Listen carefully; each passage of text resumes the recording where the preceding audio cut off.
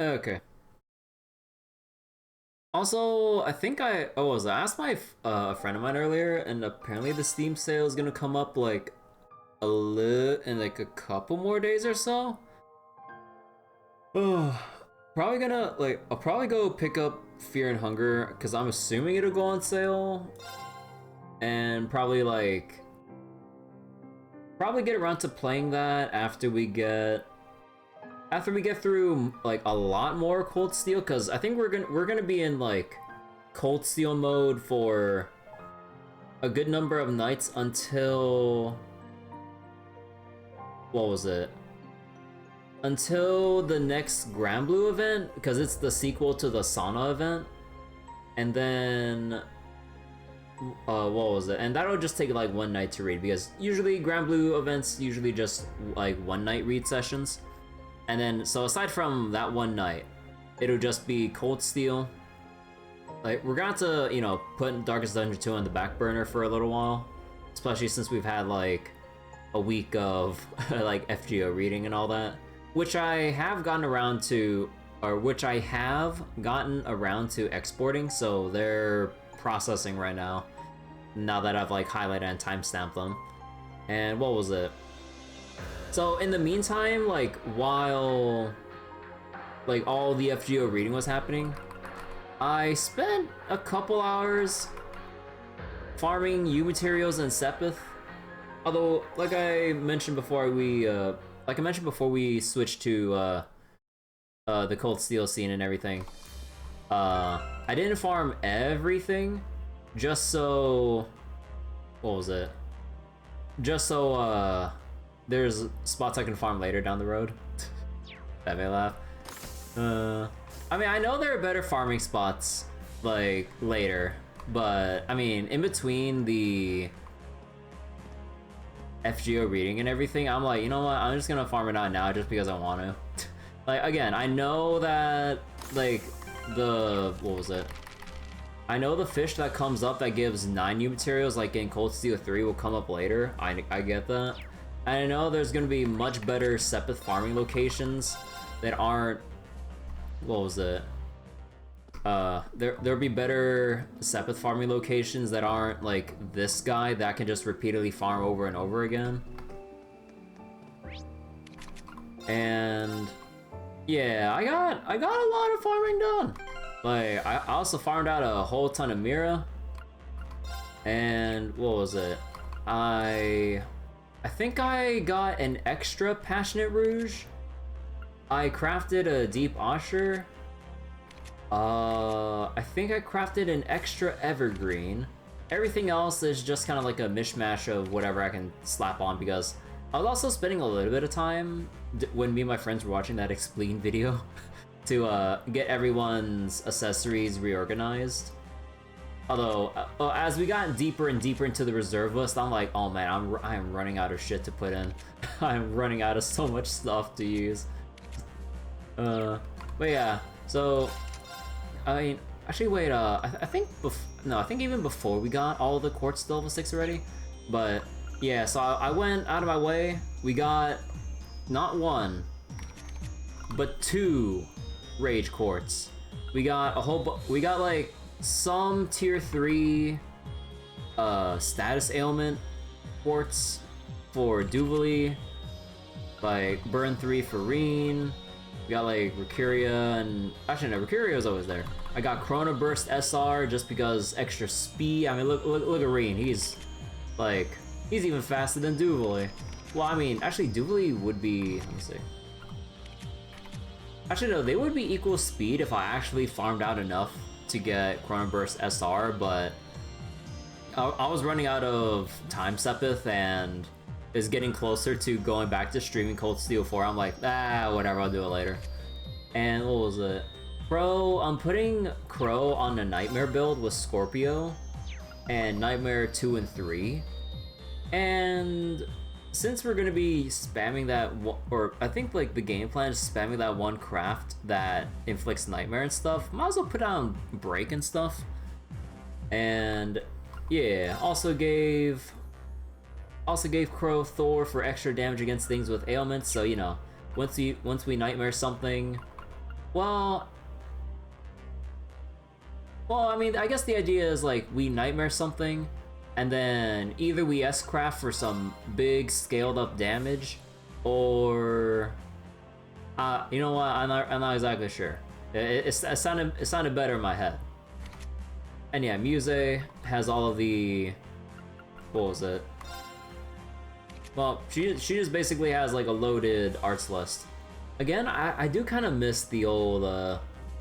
I went over this a lot, but I miss the old quartz system where you can play around with the different elemental values and stuff, and you get like a huge list of arts to use at your disposal. Especially like more importantly with like the support stuff, honestly. But I mean, I get why they did this. Make things more simple and streamlined instead of fiddling around with like, oh, what has what value and like how much you need to stack up and this and that. Then try to like mix and match master cores like in Trails to Azure and stuff because they still have the elemental values attached to the master cores and everything. Honestly, I love that stuff, even if I spent like 30 minutes to an hour. The rock crab. Oh, sorry, I wasn't paying attention to the thing earlier, but. The rock crab can be exchanged for ingredients. Oh yeah, I have like a whole ton of, like, let me see. So, what's it gonna be? Actually, no, you can't exchange it here, right? Oh no, you have to go back to the. See you next time. You have to go back to anyone who can trade fish and stuff. Yeah. I think I already have like a fair amount. Like, how many snow crabs did I have already? Oh, right. I kind of maxed it out already. Oh yeah, one thing I did learn, because I don't remember if it was a thing in. I don't remember if it was a thing in other in the previous Cold Steel games, but I didn't know that U materials could stack up past 100. But I went all the way up to like 300 at one point. I'm like, oh. But apparently, like, what was it? Like other stuff. I think stacks up to the usual 99, but U materials, well, given how much you need U materials, I'm kind of glad they made an exception and let you stack past 100 U materials, because you need a lot. Yeah, exactly. I'm like, oh, thank God. So like, cause like I was like, okay, every 30 I have to go back and exchange something and then go back to fishing. I was like, wait, what if I, like, can I go past it? Like, I was like, out of curiosity, I was like, wait, can I farm past this? And then I checked my inventory. I'm like, oh, they actually do let you. I'm like, oh my God, I don't have to waste that much time. But yeah, let me keep going over like however much else I did farm up, and then we'll continue with the infiltration mission, since that's, as far as I know, that's the only thing we've got left to do. We did all the stuff before with the requests, and actually no, I'll do the. It's like a very minor thing, but I'll give Elliot the pin, the tie pin and cuffs, like before we go for the mission. But okay, back to what I've been farming. So Rage, Burn 3, like we got Lost Genesis SR for Altina. Because I was looking, I'm like, wait, how do I get more speed for Altina? I'm like, I can't fit action. I need all this shit. I'm like. Lost Genesis SR. Fuck it. I'm just gonna spend all my time quartz and U materials and I'm gonna make this shit. It's basically a slightly slower action 3 with a fat ass spell or art. And I kind of just lumped in Scent just for a little bit of extra health and art strength. But yeah, I think with the way I built everyone is kind of on the squishy side. Because everyone has like like lower than 13k HP, which I'm not really okay with given nightmare difficulty. Hey Unknown, how you doing? You like my new Cold Steel 4 thumbnails? Oh, thank you. I mean, it's only because of the title cards on the main menus and stuff. I'm like, oh my God, I can use some new stuff instead of chained up Rean. But yeah, like I really wish there were more official like Cold Steel 4 press kit stuff for thumbnails and like other videos and stuff, but Yeah. Also, the one I put for Altina's head pat. I like that one. But yeah, if you or just to catch you up on what I'm doing right now, Unknown, I'm just kind of going over what I've been farming off stream with all the U materials in Sepith, while I was doing all of the Fate Grand Order reading for like the past week, like in between streams.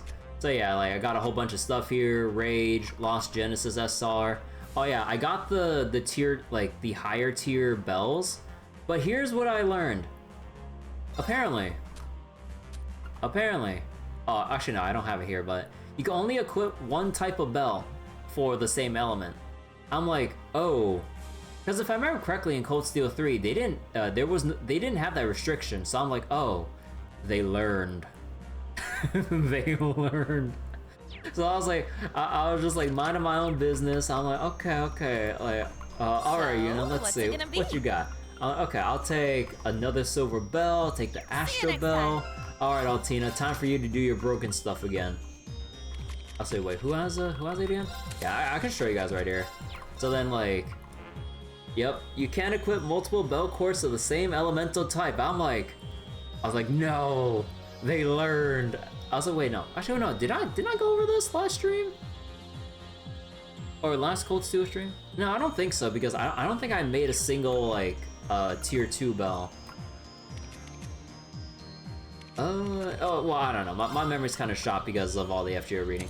But anyways, yeah. So, again, got Rage for Duvali, tier 3, status ailment quartz. We got, like, Nightmare 2 and 3s for Crow. We got, like, Ocean Bell.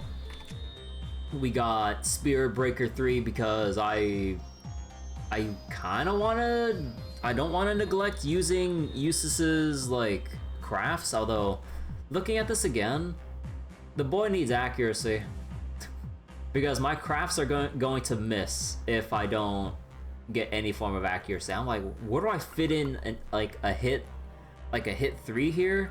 Or where do I get an accuracy for an accessory that I won't, like what accessory slot am I giving up for accuracy?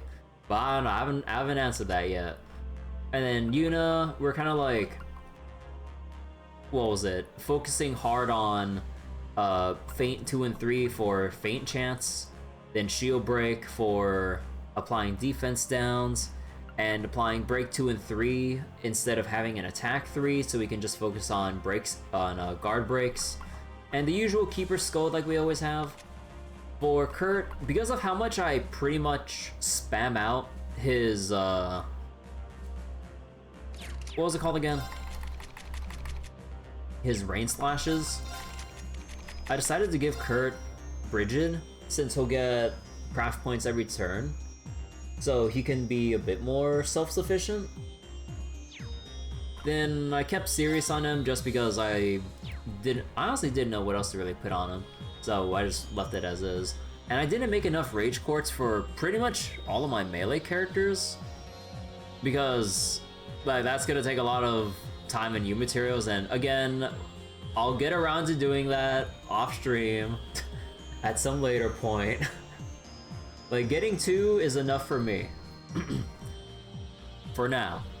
Because the only time we'll ever need everyone fully kitted out is basically around probably the around finale time, where you're gonna need to break up everyone into like however many freaking teams we're gonna have to break them up in, right? So we might have like actually, with how many characters we probably still have to get with, I would assume, you know, the crossbow cast, yeah, like the sky cast, especially with like Sherazade, or or Shara basically, like still MIA, but she exists in the prologue, but they're still baiting us. It's like, come on, give us Shara already. I've been waiting. It's been how many games since we've heard from Shara? Come on. But yeah, what was it? I put on Mute 3 for Kurt because his one move has a mute chance, so I might as well increase the odds of applying mute. That and his extra strength, so it's a win-win. As for Ashe, we slapped on Thor and Gloom because I didn't know what else to really put on Ashe, and here's where I was getting kind of desperate. I'm like, oh, what do I start? Oh, what do I even put on people at this point? Because I'm running out of like the fancy quartz. Then we're just getting to more basic like HP 3, action 3, attack 3, move 3 if I could spare it. And Elisa, I gave her Mobius because the way I have her pretty much like, what was it? We're just gonna spam like heaven, okay, what was it called again? Heavenly Gift over and over again. So might as well just make her like pretty much full-on support with good ways of generating craft points and everything, and gave her impenetrable. Oh yeah, I made impenetrable shield by the way, and for the extra stats and all of the defensive earth arts and stuff. Like we got Zero Canyon SR or Canyon SR with Pyre Bell, so she has like some good like fire damage if she needs to cast something. Golden Bell mainly for faster shining. Well, yeah, for faster shining or cross crusade cast time. Elliot, I just basically kept him on like heal support duty with cannon. I didn't really know what to put for sub quartz, so I just kind of slapped on Katsa for like the Chrono Drive and Cavalry Edge basically, and the Magic Absorb, because honestly I don't know what else to put on him. And I gave him more supportive stuff in the way of like Saintly Force, Seraphic Ring SR for extra tankiness, and also the full team revive, because if I remember correctly, actually no wait, does Elliot revive or is it just heal? No, it does cure knockout. Right. Never mind then. Actually, no, maybe that wasn't the best idea. Well, I mean, actually it could depend. Because maybe something could come up and then he doesn't have enough craft points to revive everyone. Well, actually, no, wait. I mean, usually when I get that desperate, unless I'm really at 0 craft points, like I would just eat a thing of food and then use the S-craft right then and there.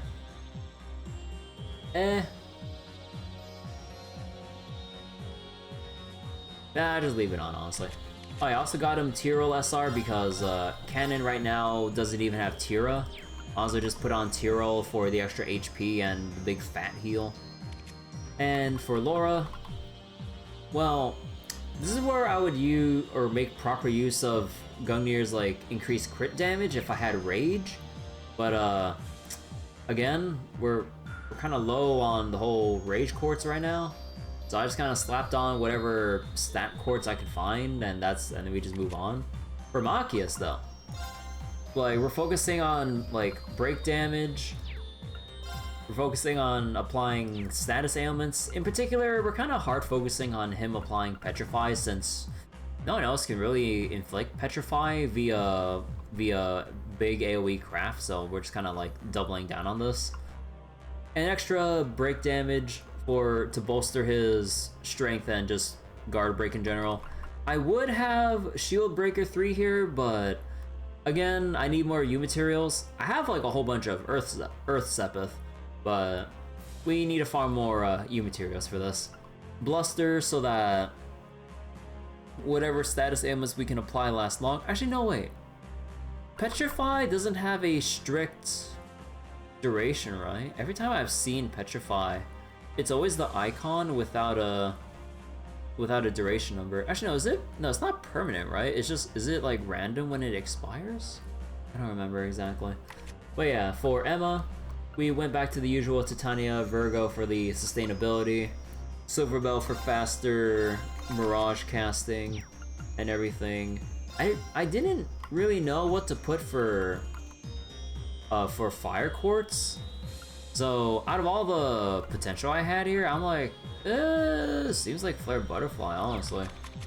Although I guess although to be honest, I could put Pyre Bell on here, but we only have like one like Fire Quartz here, unless I want to switch it for Beowulf.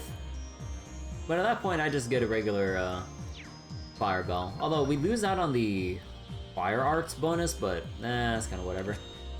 And then for Fee, kind of, well, what was it? Since Rean has Sirius as the main quartz, we had to make this as a sub quartz. And I decided to slap on Tempest because I didn't know what else to really put on Fee. So, yeah, or mainly because the third line has extra evasion slapped on it. So, again, I would have... okay, what's going on with my voice right now? I would have the Rage Quartz right now, but again, like, at this point, how many Rage Quartz do I need to make? Like 1, 2, 3, 4 for Gaia. Yeah, I need like 4 more Rage Quartz. So I'm like, I'll farm that later. And yeah, for Gaius, again, I'm like running out of ideas for what things to slap on, so I'm just putting on all the boring stats here. Like, Gaius can apply defense down, but I only have Shield Breakers 1 left at this point, so I just apply whatever I had. And for Sarah, yeah, she doesn't have much to really work with either. Like, nothing too special like the further down we go. So basically everyone who's actually going out has all the fancy stuff, and then it just gets like, man, what do I do at this point the further down I go? And yeah, again, with the whole accessory situation, kind of running out of ideas for who to give as we go down further. But yeah, that's pretty much what I've worked on off stream during all of the FGO reading and Darkest Dungeon 2 stuff and whatever else. But yeah, that's pretty much like, that pretty much sums it up. Alright, let me go give this thing to Elliot. If I can find it, there we go.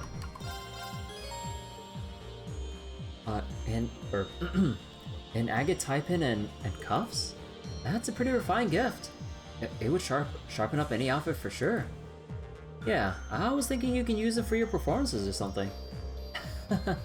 I figured that's what you had in mind. Thank you, Rean.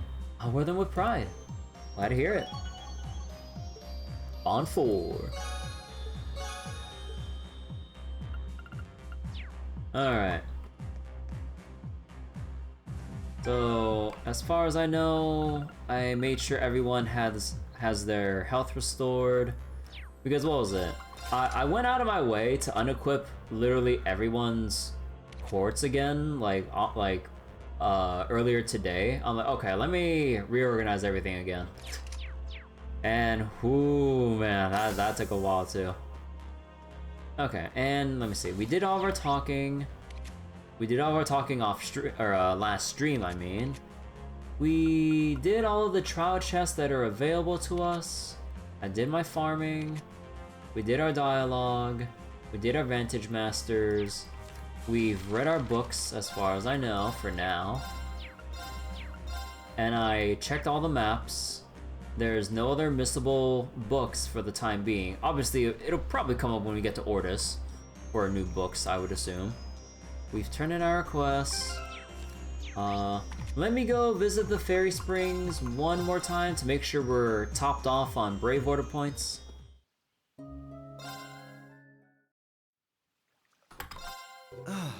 How soothing.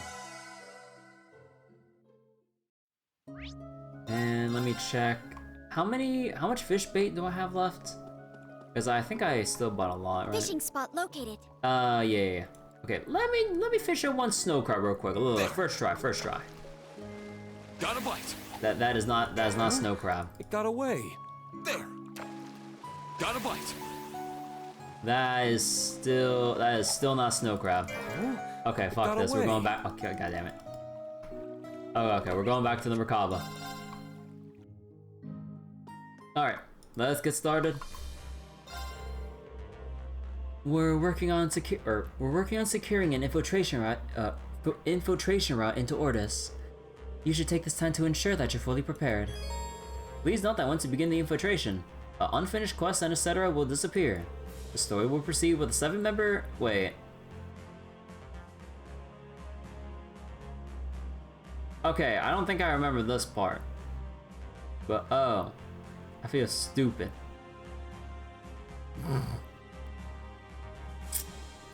Well, at least this is a good. I mean, at least I kitted everyone out. With the 7-member party with Rean, Machias, Crow, Muse, and Ash as fixed party members. Preparations are all done on our end. We can give you a hand with the planning the infiltration route. I don't know. I cannot read tonight. I need to read slower. Oh, well in that case.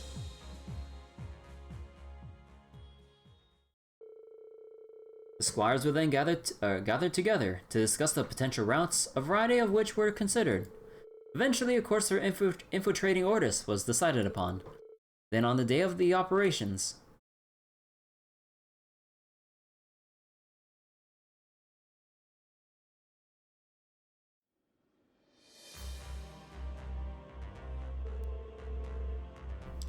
now entering Lemaire Province's airspace. Maintain optical camouflage. Affirmative. Ah, looks like we might just be able to make it. So wait, we're headed for the old field exercise camp, right? Right. Security has been pretty lax between Ordis and Raquel. We can make for Ordis straight from there on foot. Just the same as we did on our field exercises. Except without Ouroboros and the Jaegers there jacking all the railway cannons. I hear the harbor renovations have been coming along, though they aren't quite finished just yet. They were sure to supervise there after Marcus Ballard's dismissal after all. Though things have progressed quite a bit since Governor Regnus's arrival, or so the rumors say. Sounds about right. He's probably used to this by now. I'm a little uneasy about the naval fortress, personally. Ah, that's right. Your uncle is stationed there, General Zex of the 3rd Armored Division. They've both been a great help to Class 7 in the past. Not like we can just show up and say hi anymore, though. Yeah. Oh, no use brooding over it. We're just gonna have to wing it. Don't worry, your pal Crow can hold your hand if things get to be too much. My, what a tempting offer. Huh, show us what you're made of then, Mr. Johnny Come Crawling Back. Uh-huh, someone's got a cheek to talk. How's that trigger finger doing? Great. They seem to get along just fine. Oh man, we don't just have one. We have 2 shit talkers on the team.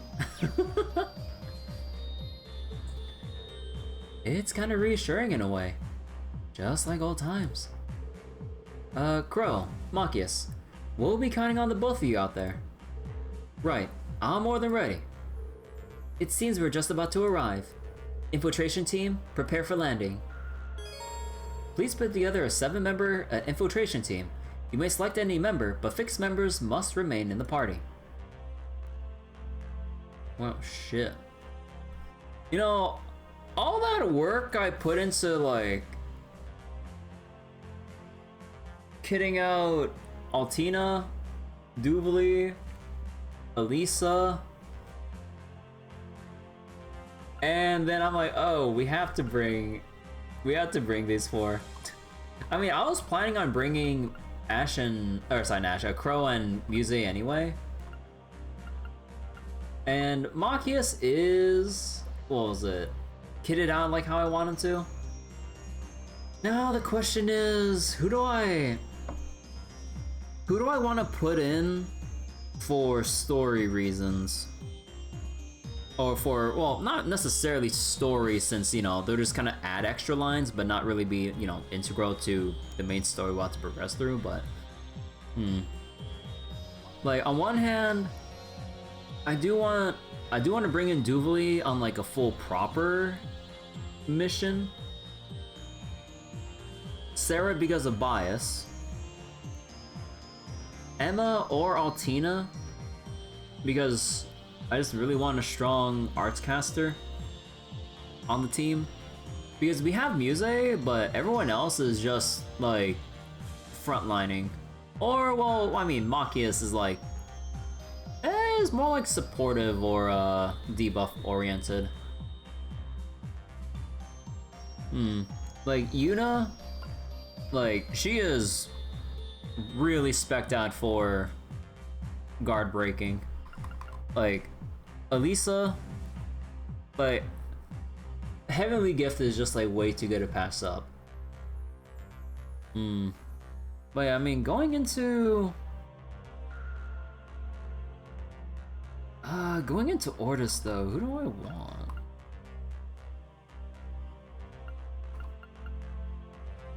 And yeah, we're kind of like adding on to the problem of too many frontliners if we add like Duvali in the mix and everything. But oh my god. Although I could let Fee have the spotlight for once, and we can kind of switch out some of the other quartz to get Fee Rage, or the Rage quartz. I'm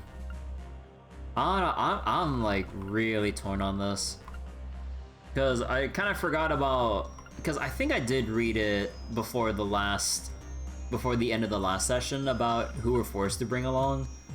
So whoops.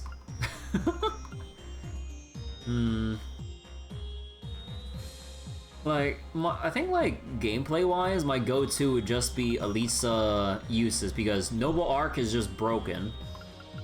Like, Heavenly Gift, like, just does everything you want for survivability and craft spam. Like, again, Altina Emma for just big arts damage. Like, Kurt, I mean, I'm not as keen on using, although I guess Kurt does have Windblade, or the Windblade formation, or Brave Order, but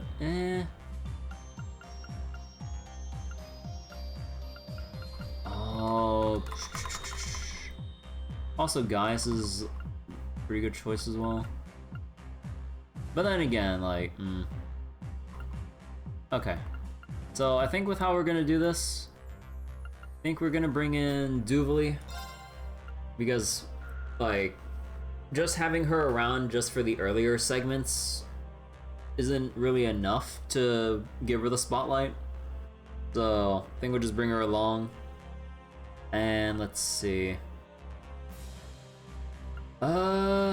I think I will just have to limit this to just like who's the better, or which caster I prefer having on the team. So we're gonna omit, or basically this will reduce the choices to Altina, Emma, and Jusis. Like, I don't really want Elliot for how I spec'd him out. Like, oh, it's gonna be so tough living with a Heavenly Gift though. Hey, Divine Wing. Why are so many characters locked? Or why are so many characters locked in? Why can't we just choose who we want? Those characters are in the cutscene. Fire Emblem does that all the time. I mean, it's just kind of how they want to structure out the, like, the gameplay and story, you know, because it like, in a game sense, it would just kind of, like, in a game and narrative sense, it would feel silly that you have everyone here, but then you have like a completely different set of like party members that are like who knows where, or that just pop in instead. So then there's that, like I think that'd be too much of a jarring disconnect between gameplay and narrative, and it might just kind of bother people. That, and gameplay wise, like, if we were to have that way, right, then I would just default to just having Elisa, Emma, and Jusis, and then the +1 on the front line would either be like Rean, Bee, or Laura with Rage slapped on, so that they can just have chonky counter crits, and then that would just be the whole game plan until the end of time, or until whatever boss I come across forces me to do a different strat otherwise. So then when you kind of have fixed party members, like, okay, I've got to work with this, how do I adapt with like only 2 flex picks? Because otherwise, like, like, if I had the freedom, again, Elisa, Emma, Jusis, that's my default trio. Like, there would be no other choice. Like, I've put this combination together, and we have seen time and time again with the Magic Knight. We have seen when previous Cold Steals with this, like with Jusis's like, what was it, Noble Rise and Cold Steals 1 and 2 and everything, and just like, yeah, it's just too easy of like an I win combination. But yeah, hey, I love, how you doing? But yeah, but with this, like, we have fixed roles. So it's like, okay, who do I use to fill, or which favorites do I want to bring along, and just go with the challenge of, okay, I'm certainly lacking in, like, arts damage. So I better be ready to find a way to work around that, you know, to make the gameplay more interesting, instead of, oh, like, one team comp beats everything, you know? So, like, like, I mean, again, I can understand why people would want picking whoever they want, but having the story important character just pop in like that, but I don't really, personally, I don't really like having that gameplay narrative disconnect with, like, different sets of people on screen and in cutscene. And yeah, like, again, from a gameplay balance point, like, force people to use characters they wouldn't use otherwise, and just have them adapt to the situation. So yeah, again, okay, who do I want for the final member again? So I did say we're narrowing it down to casters, so it would range anywhere between Altina, I mean, I did say maybe not Elisa, but maybe Elisa anyways, Emma, and Jusis. So Altina does have Ebon Crest. I did load her with, like, what was it, Pandora and Titania, so whatever's, like, not resistant to Mirage, they'll get exploded into oblivion. Like, Elisa will just keep giving everyone insight and craft points up the wazoo, so sustainability and durability would just be a non-issue. Emma, if we need, like, if we have those oh crap moments where we need to reflect, just S-craft and okay, like, we don't need to worry about like a boss's S-craft. Easy. Then, and she does as much damage as Altina.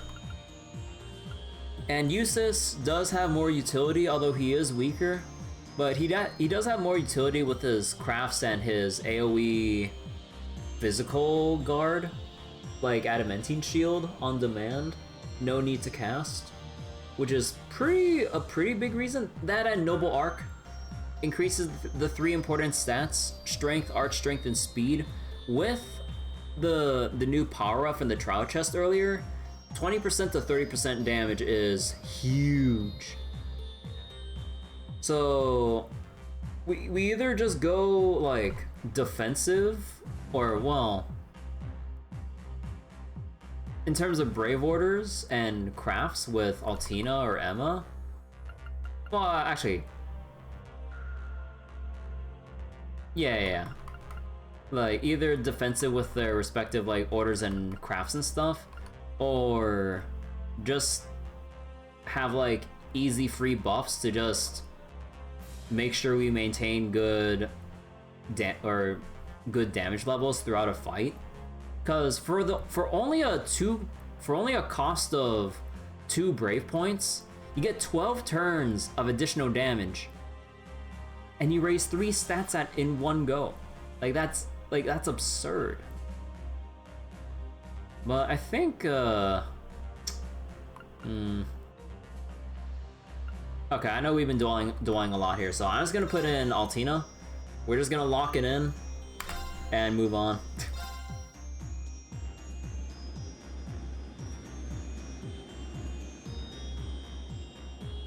I really wish our reserve slots were, or our support slots were bigger though. Like, although again, we need a smaller team to work with if we're going infiltrating. So we can't exactly have, you know, like 10 or 12 people for a quote-unquote small team to sneak in.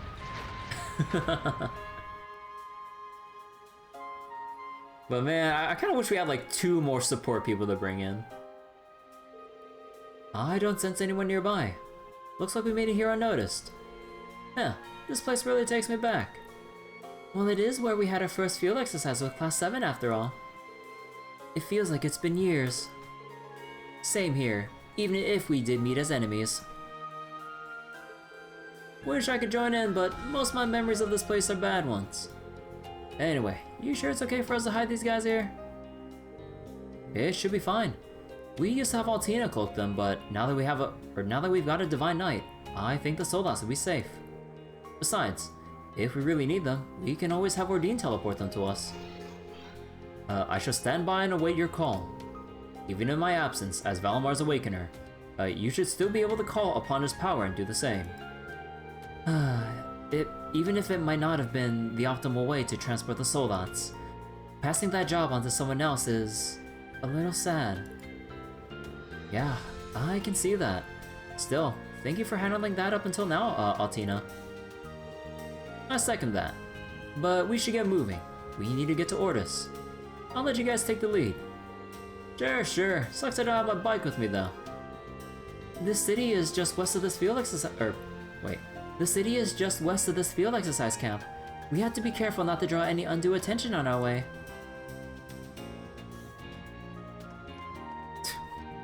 Man, like this store's just like right here though. Valamar remains still and empty. Valamar, Millium, we'll be heading out again. Please watch over us. Gotta say, Azure Knight, I didn't take you much for a talker, but you're just as chatty as your Ashen brother. Indeed, though when I first awakened, speech did not come so easily. My long slumber brought with it significant memory loss. Luckily, training and spending time with Crow allowed me to gradually regain my language functions, something I am truly grateful for. Huh, it was pretty much the same for me and Valamar. What's it been now, Ordine? 5 years? I think I owe you an apology. Hell, if I wasn't such a screw-up, we might not be in this mess. Huh, Crow, you have nothing to apologize for. Our destiny is shared, the triumphs and defeats alike. Whatever comes to pass, we will make the best of it. Together. Huh, well in that case, maybe I owe you a thank you instead of an apology, so... thanks. Aww. It's really impressive how you completely trust each other. I wish you all good fortune in your endeavors. Should you require my aid, you need but call.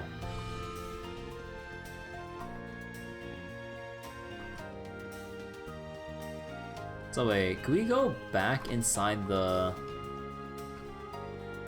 Let me see. Okay. So you can't go inside and talk, but you can do all of your usual trading and all that stuff. Oh yeah, I also went around and... what was it? I also went around and gave everyone their upgraded weapons as well. So whoever I picked, they weren't lagging behind. So yeah, that's like what? Like, I don't remember how many people I upgraded. I think I only upgraded Rean, Duvley, and Machias for the most part. So that's like that's like at least 60 something or more U materials that I have to farm up and burn on these that I might not end up actually using. And yeah. I really wish there's a better grinding spot for the higher element Sepith though. Cause like, again, like look how expensive it is for Lost Genesis or 7th Caliber or Albion Wolf. Like 1280 for each of these. And I managed to make an Albion Wolf SR. And I'm just like, oh man, that hurt a lot in the wallet.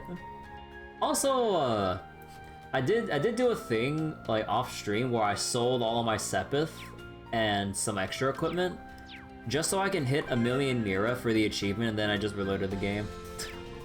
Cause yeah, it was a lot of Sepith that I farmed up. and everything. Okay, but how am I gonna do this? I think we will have Duvali take point. Let's see. I think we'll do a front line of Duvali, Machias, Altina, Muse.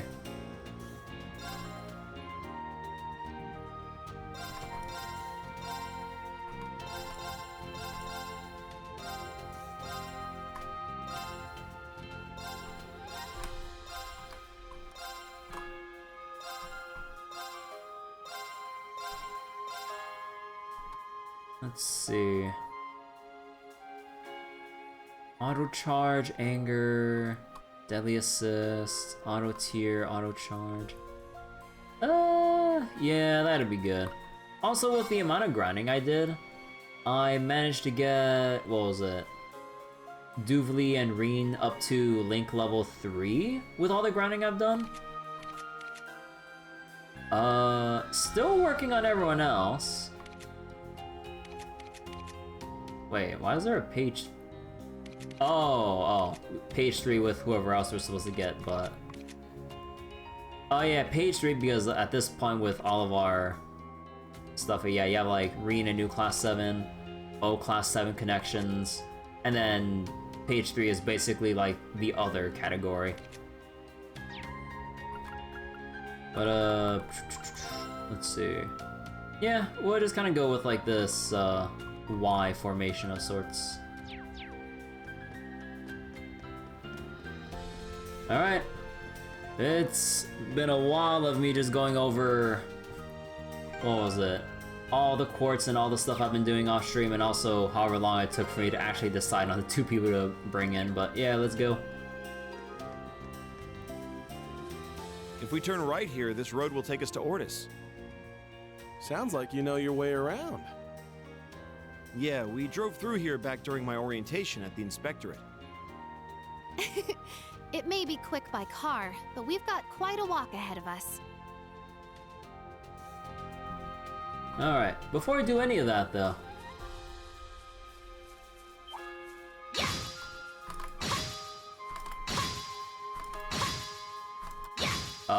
Okay, there might be a problem here. There's an opening. Okay. Maybe it's not the best idea to have Duvali take point. Let's see, what's our orders again? So we have Raging Fire, Iron Will, Divine Song, all of Rean's good ass shit. Ebon Crest. You know, what would make Ebon Crest like God tier? It won't just be like, or actually, if I had to predict the final upgrade, I would imagine it would go to like, I think 20% HP EP heal with a 5 or 6 turn absolute reflect. But I would ditch all of that if we can reduce the BP cost by 1. Like having it cost like 4 BP, oh my god, that would make Ebon Crest so great, dude. I don't care like if the duration or heal amount's the same. Wait, we don't exactly have the best orders to go around with like everyone else though. Like Ebon Crest is still God tier. Art Celebration, and I'm not really too keen on it myself. Crazy Hunt, I kind of wish, like if they're gonna give us like small strength and speed up, I kind of wish it should be like 3 or 4 turns. I feel like 2 turns is like nowhere near enough for its purpose. But yeah, I don't know what I really want to do here. How about... Let's go! Raging Fire Formation!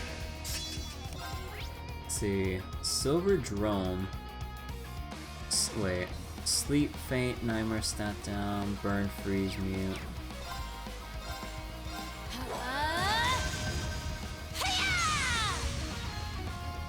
Well, we burned, but we froze instead. Alright, thanks game. Search mode I appreciate that. Scan complete. Oh, they're only level 94. Oh shit! You know what? I should have Ready. put waterfall. Nah, that's so not worth it. Actually, can we petrify? It's a low chance. Take this! Hey, we petrified. It's my turn.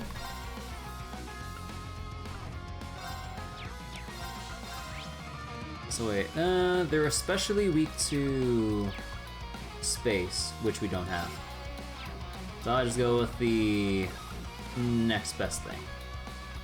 Ha! My turn. Charging. Oh my god, look at that fat ass area.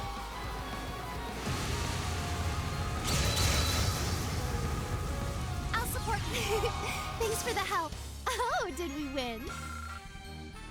Man, these guys aren't worth anything with how much I've grinded. I grew a little. Hey, new craft. Oh, the freeze and petrify increased, I believe, because before I think they were 10%. I'm not sure about the strength scaling though. What else is what else am I thinking about? Oh yeah. Where was it? Where can I fit in waterfall? And who do I put it on?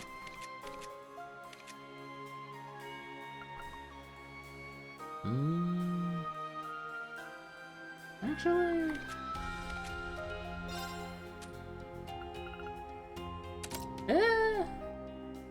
sure.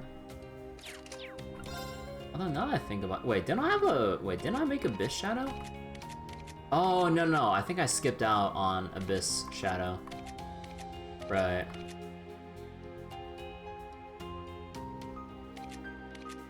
Ah, right. And all of our speed up stuff is like, who had Azurite? Yeah, there we go. There we go. Because having less than 120 speed just feels terrible at this point. Leave it to me. Creepy sheep. Take this! Ha! Let's go! Let's see, wind. Alright. Arcus, activate. Blind sleep burn. Hiya! Leave it to me. Let's go! Raging fire formation! Ready. Take this! Now. Search mode activate. Scan complete.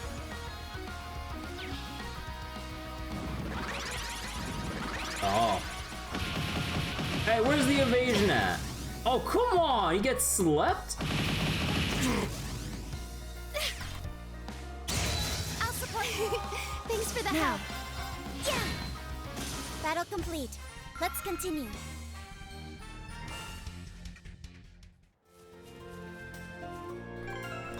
God, you took a lot of oh my god, you took so much damage from that. Honestly, let me see. Let's just put on Deep Osher on Machias. He's gonna need it. I feel refreshed. Now's our chance. Wait, so I'm guessing. Okay, hold on. Might as well make use of my 99 battle scopes here. Yeah. Now. Alright, let's see. Swiftly! Sigma operation! Machias, I shall go. do the thing. This is it!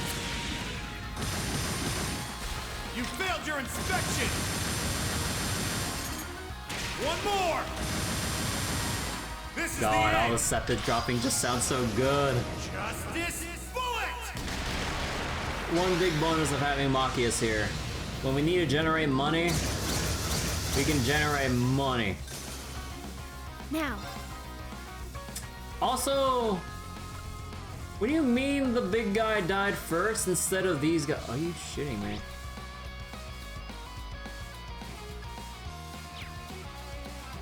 Well, alright then. Wait, what are they weak to? Water, space, and fire.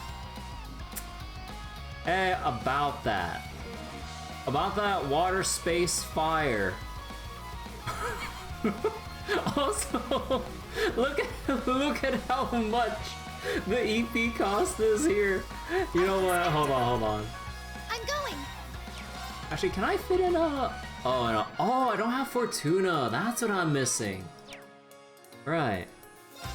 Very well. And I can't weave in one that. Nah. Well, I mean, we could do art celebration. Shine! Art celebration! Very well. Actually, who has the weaker? Actually, no, I think Dooley's gonna one-shot. Or, no, I think the assist is gonna one-shot. Okay, I just... Yeah! Alright, let's see if we can... Oh yeah, wait, art celebration. Oh yeah, right, art celebration reduces the cost. Right, I'm stupid.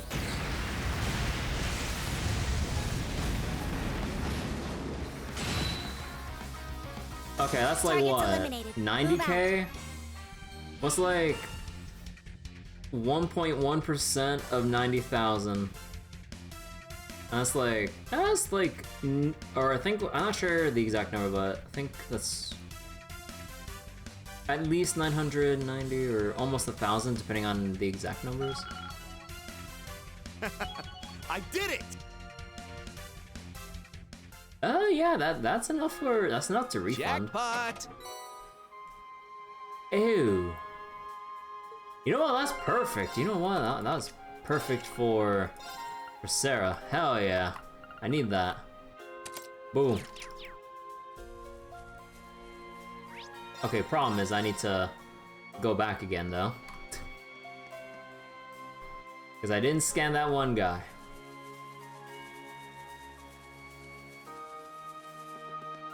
There! Begin combat. Oh. Did we trigger a death blow? I was like, wait, how'd this thing die first? Yeah. Oh shit.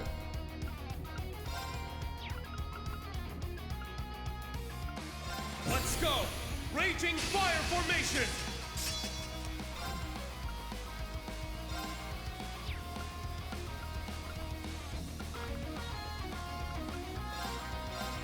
Well, shall we?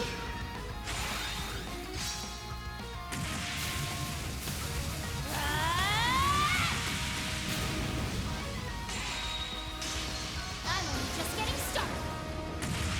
Prism Caliber! My turn. Search mode activated. Scan complete. Ah, you materials.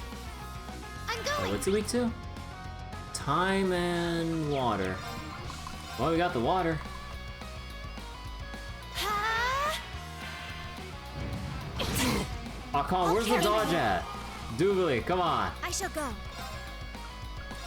Arcus activate. There! It's my turn.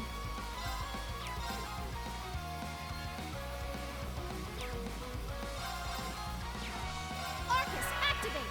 Yeah. Actually, no, we didn't see the. Oh, wait, no, we didn't Battle see the complete. animation for Lost Let's Genesis. continue. Whoops. Oh, well, later then.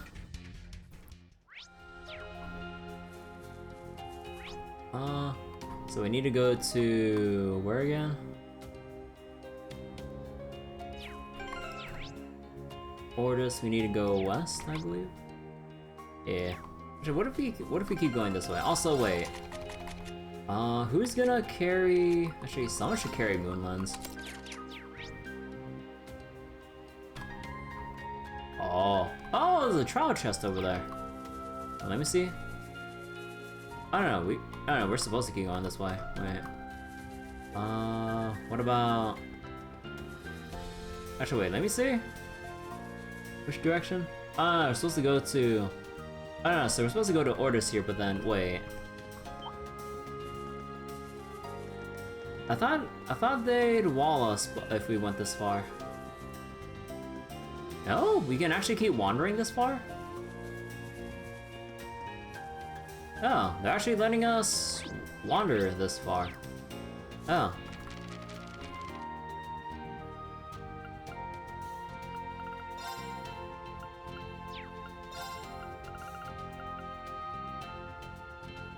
Wait.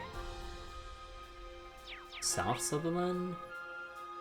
Oh, wait.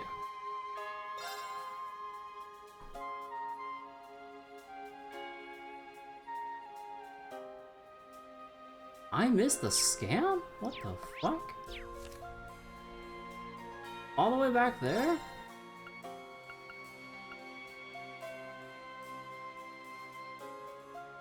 It's like... Oh, well... Should be able to get that scan again, right? Ah, fuck.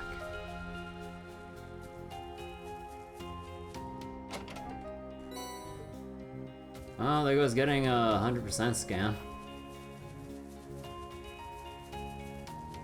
Thought I was on top of everything, too. Okay. Oh, hey, Rean and Altina. A powerful enemy. Oh, Exercise jeez. caution. Let's go! Arcus activate! Now. Arcus activate. Yeah! I'll support Thanks. you. Ha! Oh, It's come my on. What's that insight doing for you, Rean? Let's go! Raging fire formation! I'm up! Ah, windbow. Nice. So, fire... Ah, mirage. There we go.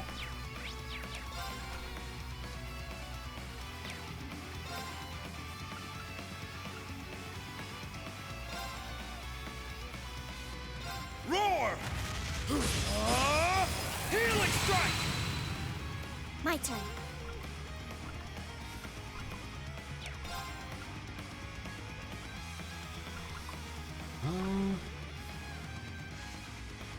Wait, RTM heal with defense up. Actually... no, we can go detect real Search mode quick. activate. Detailed information obtained. I'll let it recover. My turn. Ah, son of a bitch. Okay, maybe that wasn't such a good idea. We confuse it? We'd only have a 6% to confuse.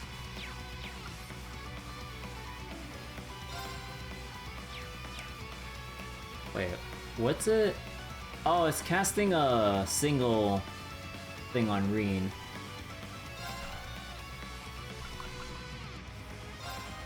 Charging. Ha! Alright, we can shift in Crescent Mirror. Oh, just an airstrike? My turn. Charging. Take Oh, this! finally. Now! I'll assist. Let's go!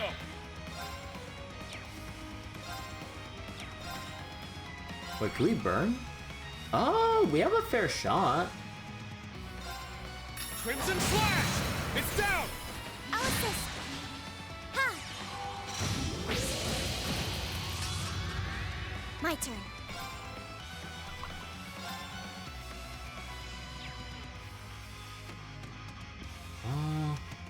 Yeah. I'll support.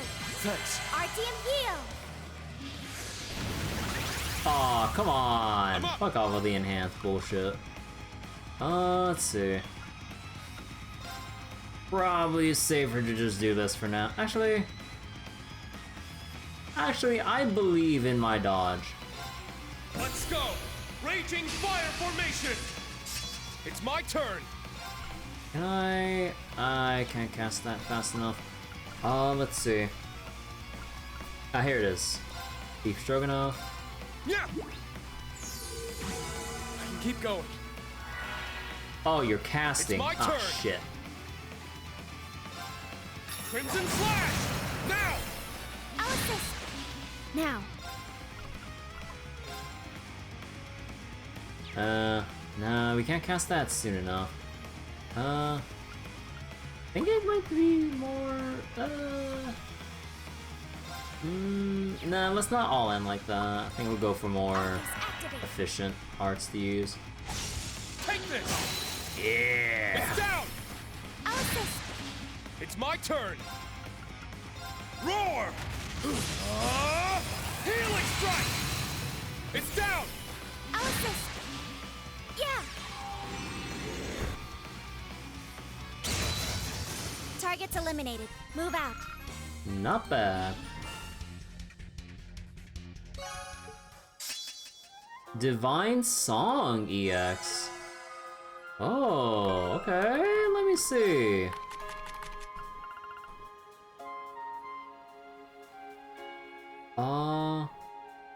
The new part is the medium arch strength, right? Ah. Actually, wait, let me double check. Let me go make a little save over here. Downloading. Wait, let me see. So it was 6 turns, medium arch strength. 6 turns, small arch strength. Okay. Again, it'd be really nice if they showed us a little before and after. Come on, Falcom.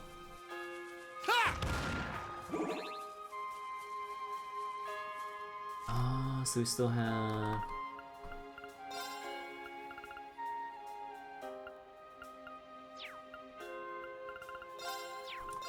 Still can't believe I somehow missed out on scanning this. I have a feeling by the time we're able to go back there, I have a feeling they'll replace the monsters. Actually, no, did they replace the monsters? Would they? Or am I pretty much too late? This thing is a swift defeat. Search mode activated. Oh well. Detailed information obtained. Yes! Wait, what are they doing? So, water time. Water. Ha! My duty calls. Yes! Strike! Take this! Leave it to me. Locked and loaded. Fire away! There! I'll support. Thanks for the help. Yeah! Battle complete. Let's continue. Man, they really let us go all the way out here just to say we can't go here. Ooh, this way to Raquel, huh? Let's save that for another time. Or another time. Right now we need to get to Ordis. Alright. Went all this way to find out they put the wall right there. Alright. Well, at least we can get the chest right now instead of having it be put off for much later. There! Locked and loaded.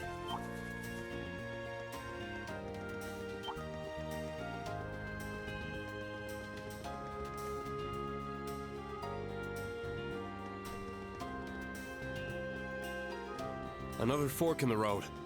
The right path leads to the naval fortress, if I'm not mistaken. One-Eyed Zex is there with his 3rd Division, yeah? He's well renowned for his technical skills.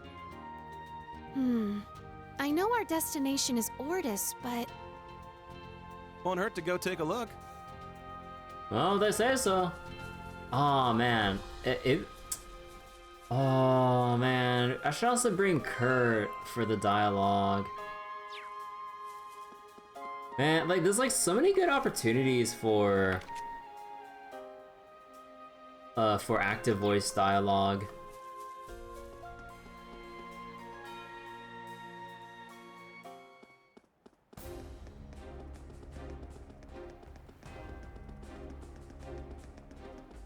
Takes your breath away, doesn't it? We had a little encounter around here before, didn't we? Yeah, you look like a complete tool, too. Maybe to you. I bet Instructor Rean would be stunning in something so form-fitting. Oh my god. I'll pass. Thanks. Look, I didn't choose that tacky-ass getup. It ain't my style at all.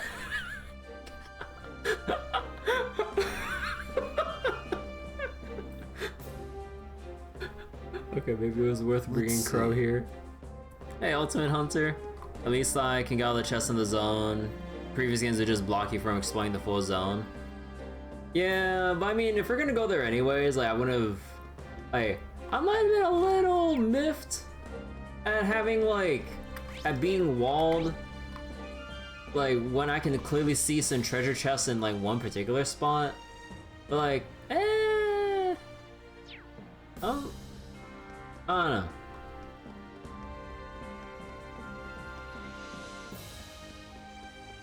Actually, wait, what if we go down here?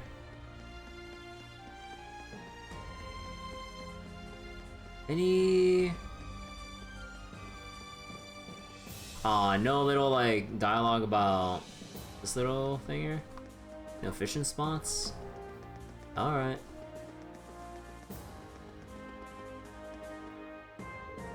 The 3rd Armored Division has been stationed at the Naval Fortress since a while back. They've been busy training up the freshly conscripted recruits, and it got us handling maintenance on the tanks and armor units they're using to do it. And make no mistake, it's a lot harder than it looks to clean up the mess those paint bullets make. Not a lot of scrubbing to do. Huh, they use paint bullets. I mean, of course, like, they use live bullets or, like, actual orbital guns, like, Jesus, dude. But 3rd Armored Division has been stationed at the Naval Fortress since a while back. They've been busy... Oh, wait, no, that's the... Nah, sorry. Yeah, that's the exact same dialogue.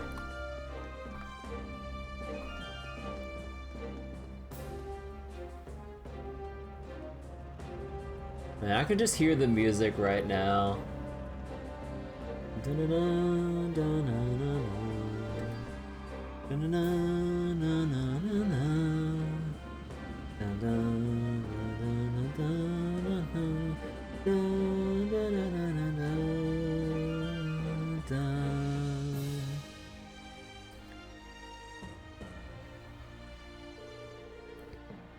Third Armored Division, which means General Zex Vander.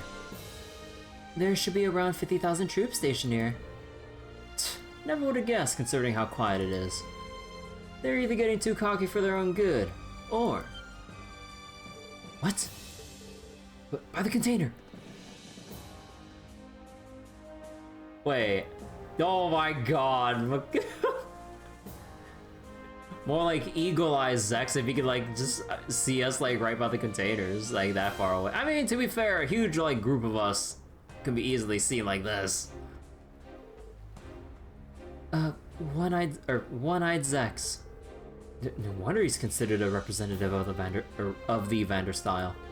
Yep, he can carry around. Oh wait, he can carry his own weight. That's for sure. Huh? Guess they just knew what they were doing. Anyway, it's too dangerous to get any closer. Let's turn around and head to the city. Right, got it. Actually, wait. You know what? I want to see what happens if we bring Kurt. Like, what does he have to say about this? I'm way too curious to just let this opportunity slip.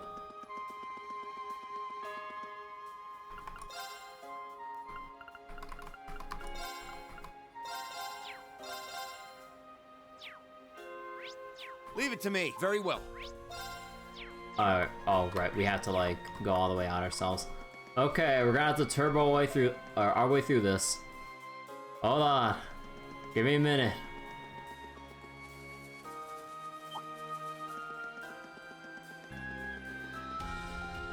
We're only on 2 times speed here because I don't want 6 times speed. Another fork in the road. The right path leads to the naval fortress, if I'm not mistaken. One-eyed Zex is there with his 3rd Division, yeah? Yes. He's my uncle. I know our destination is Ordis, but... Won't hurt to go take a look.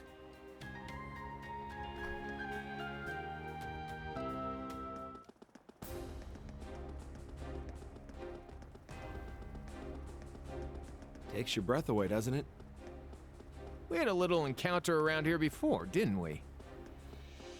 Yeah, you look like a complete tool, too. Maybe to you. I bet Instructor Rean would be stunning in something so form-fitting. I'll pass. Thanks. Look, I didn't choose that tacky-ass getup. It ain't my style at all. Even hearing it a second time. Okay, let's see what Kurt has to add to the scene. Oh, right now, all right, we have to like go over here.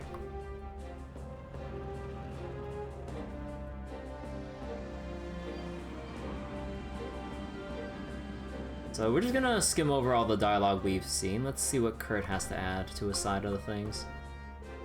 Get our division. Indeed, it seems the full force to be transferring here. 3,000 troops, kinda quiet, ain't too cocky.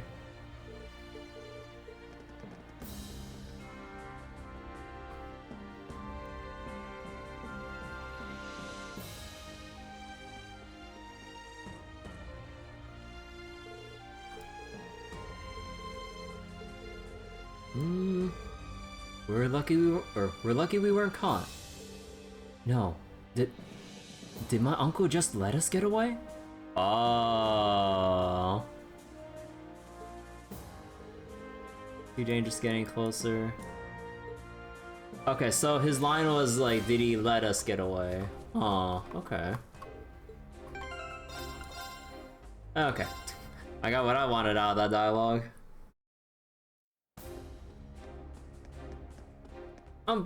Yeah, I'm 99% sure that no way in hell were we fast enough to like crouch by the containers in time. And yeah, like if it was like one person hiding among the barrels and containers, sure, but we have like 7 people here. No shot that we can actually like get everyone to crouch behind while like Zex goes like, must be my imagination. Nah. Oh man, though. But again, if we did bring Kurt, it would make a nice little like reunion scene if, well, either nice or, well, oh man, actually, how would it go? Because like Zex has his hands tied, like doing the military stuff and all. Because he's way too strong-willed to be, you know, put under the influence of the Great Twilight. But just like General Van Dyke, they have their duties as soldiers to do. And, you know, as much as they want to find a way out, they gotta at least command the armies to not have Erebonia, like, trampled on by Calvert and stuff. So they're relying on us to like fix all this. So just like, Oh wait, there's a chest over there.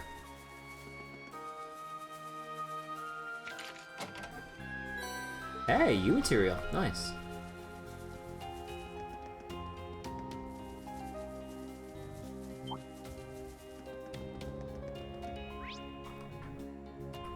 Oh, jeez. Okay, I get it. There's a lot of stuff here. Creepy sheep as usual. Is that a crab?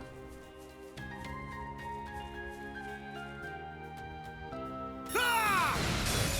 I won't fall! This is my strong claw. Huh.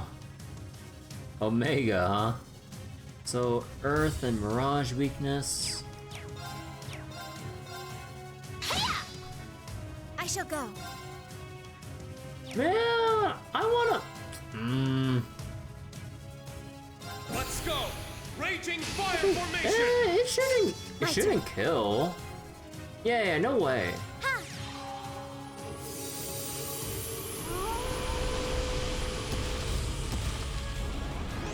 Like, it probably do a crap load of damage.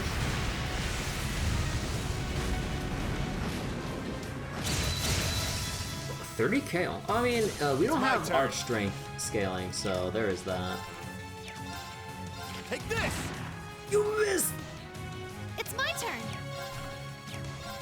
That's kind of what I get for not having accuracy on Machias. You know what would be nice if we had accuracy up on some of the, what was it? On some of the Master Quartz. Oh wait, this thing drops Blue Ascension? What the fuck? That's like, wait, that's like 300 something Sepith, right? Oh yeah, because Diamond Nova was above that one. What the fuck? Its body tissue absorbs both HP and EP. What? My turn. Oh. Well, Dewey, I hope you know how to dodge, because I ain't covering you in time.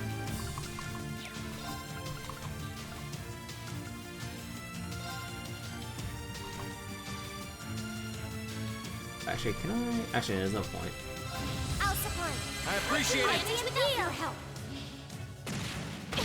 Oh, come on, you could have dodged that. Oh, also, oh my god, you took so much damage from that. Earth, Water, Mirage.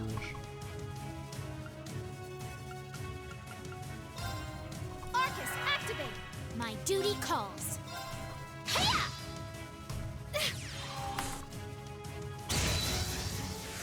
Leave it to me. Ha! Here. Too slow. It's my turn. Ha! There. Now.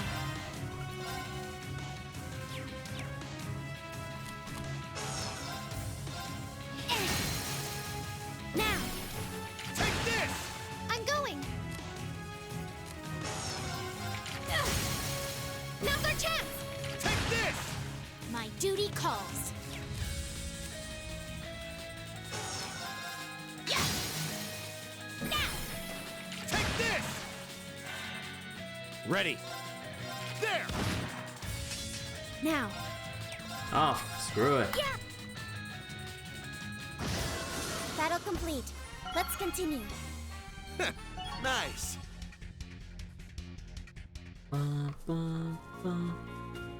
Wait, did I?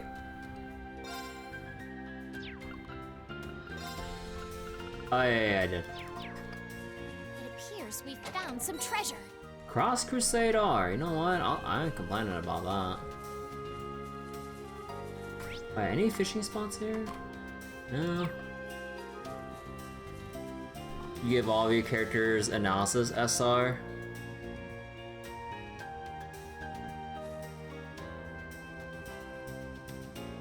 Wait, 100% accessory. Huh.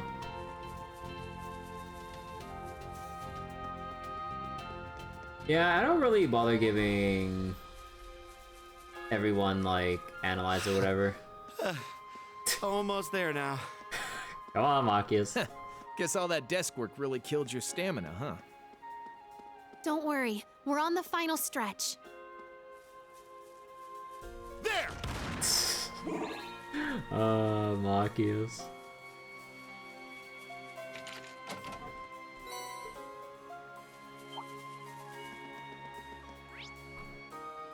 Okay, so we gotta, like, wrap around over there. Okay.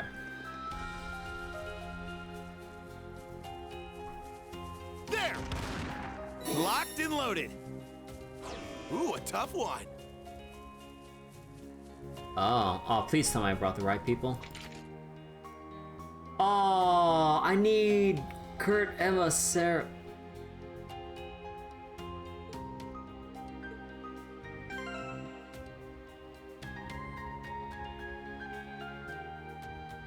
Wait, oh no, I can't, no, I actually can't do this because I don't have, what was it, I'm party restricted. Because I can only change out for 2. And the only one we have is Ash. And we can, oh no, wait, no, we can bring, yeah, no, we can only bring Kurt, like 2 out of the missing 3. Yeah, I know, so we have to come back to this later. Aw, man. That sucks.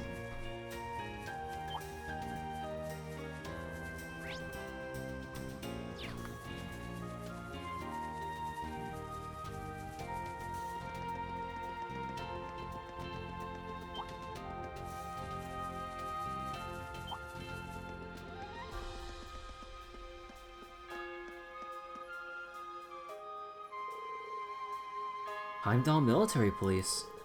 So they really have moved into Ordis. Not surprising. Or not surprising with my dad here. They're probably stationed at the other entrances to the city as well. Sounds like we've got our work cut off for us then. How's your acting, Rean? We're about to find out, I guess. But we've got to be careful. What? Like, what, are we gonna do like a stupid little gag of like them holding up a picture of Rean, but then because Rean has new hair color and eye color, it's like, nah, you're not him. All right, you guys can pass. Like, that'd be like the stupidest shit ever. Just because they have an outdated picture of Rean because he had a hair color change. Or was Rean gonna put his glasses on again? Ash, Machias, you should probably disguise yourselves. Wait, should probably disguise yourselves just in case. Okay, but you guys are nuts.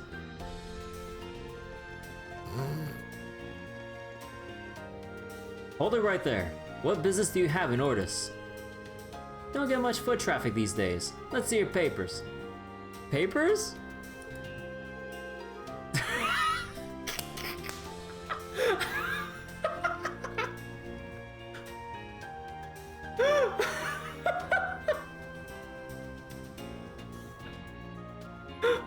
Okay. We have Rean with the glasses again. With his new hair and eyes. We had the usual getup with Ash again. And just Maki just takes off the glasses and changes literally nothing else. Oh my god, this is the stupidest shit ever.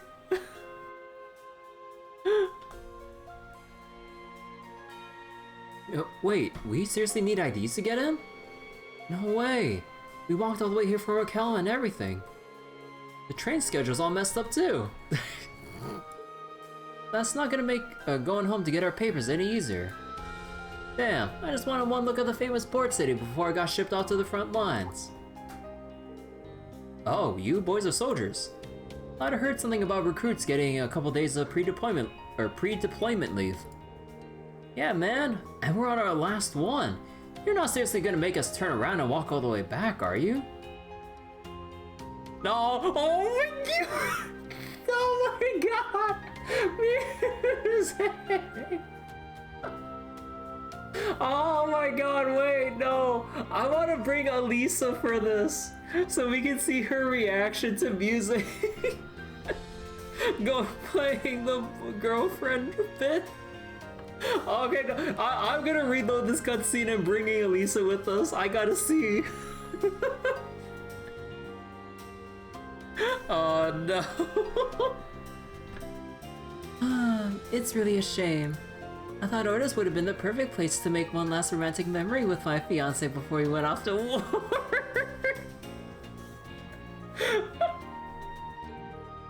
Hey. Oh, alright. We'll make an exception. Just this once. For real? For real. We get our orders from Governor Regnitz himself. And he wants us to give us, he wants us to give our full cooperation to the brave new recruits fighting for the Empire.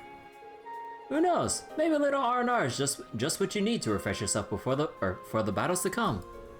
I hope so. Thank you. We really appreciate it. We owe you. Big time. Dude, I want to see Elisa's reaction to this. I gotta reload.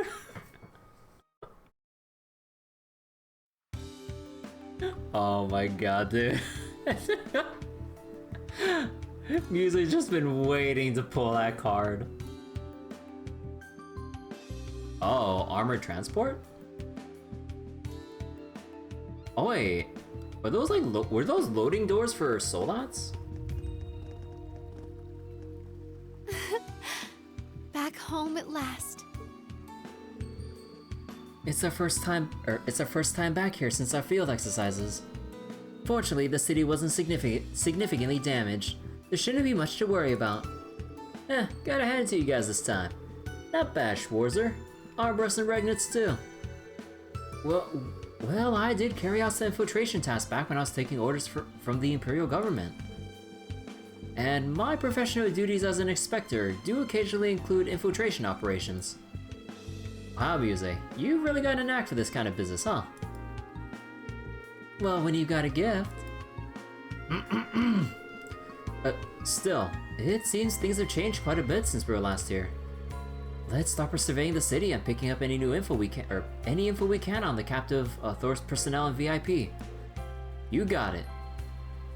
Okay, hold on. I need to see the reaction with Elisa. We're going back. Oh my god, dude.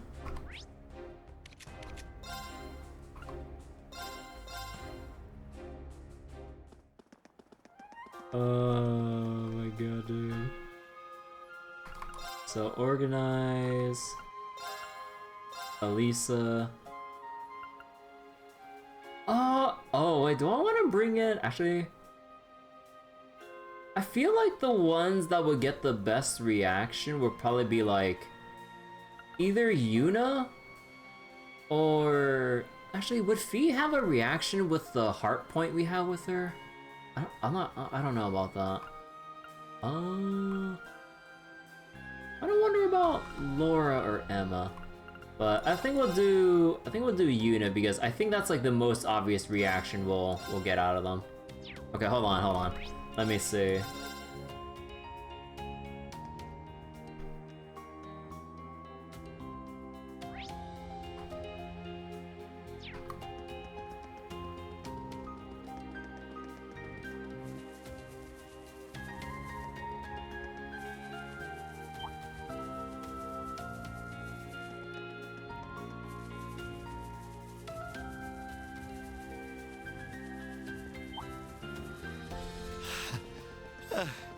Almost there now.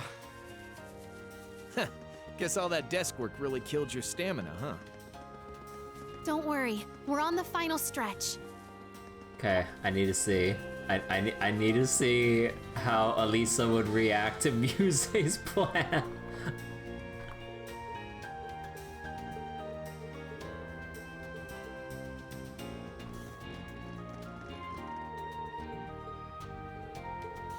Let's see.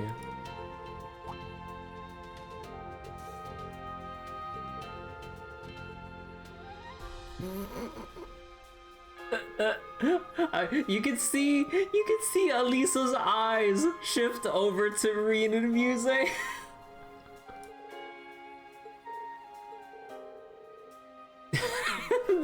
the look of disappointment. You can't let your guard down, or you can't let your guard down for a second around her. This girl stops on nothing.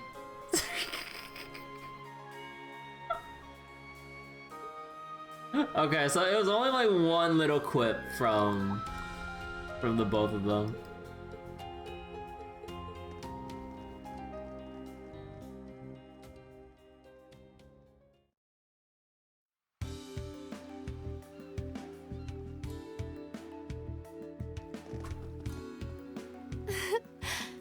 Back home at last. Okay, let's see. One of the cities still... Wait. I wonder if the city is still as beautiful as I remember it. Let's see. Infiltration. When you got a gift.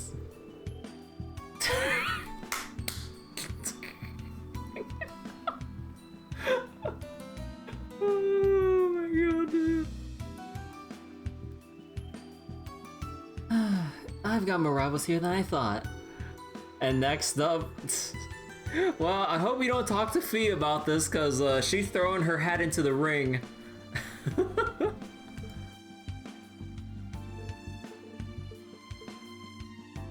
Okay, that was worth that was worth seeing the reaction.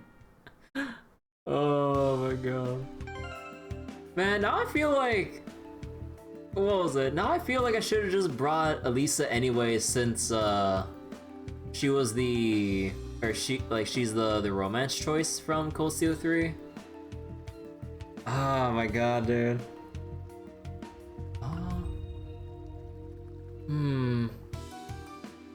Actually, okay, wait, time out.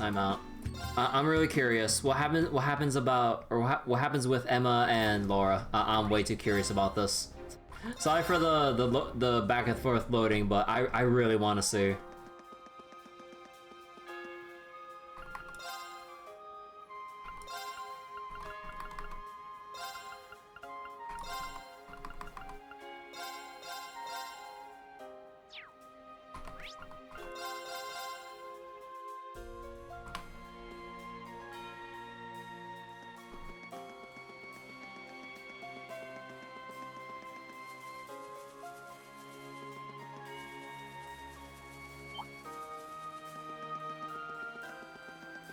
Okay, let's see how they react to Muse's little improvisation.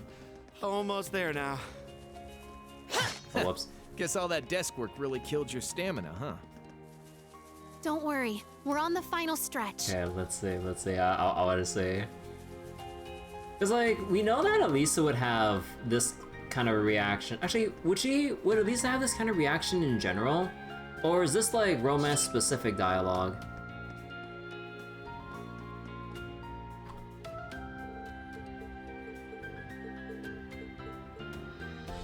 Okay, let's see.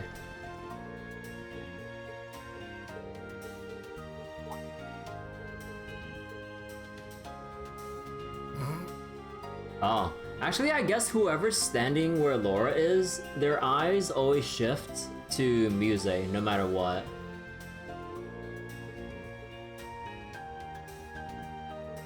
Oh, what?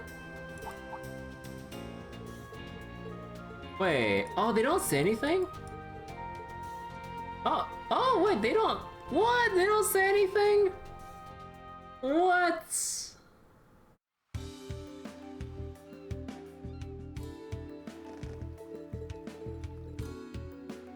Really?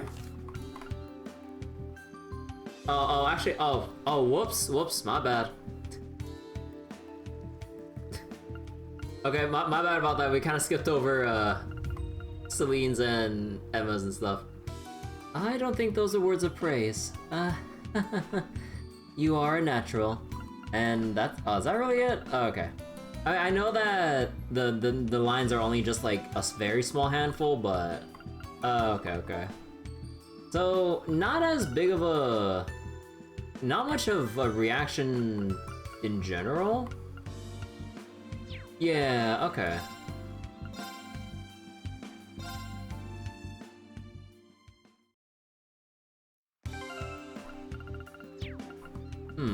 Anyone else we would have gotten a reaction from? I'm pretty sure we get a reaction out of... Actually, no, wait. We got a gift. Oh. So with Altina and Duvali, they don't say shit.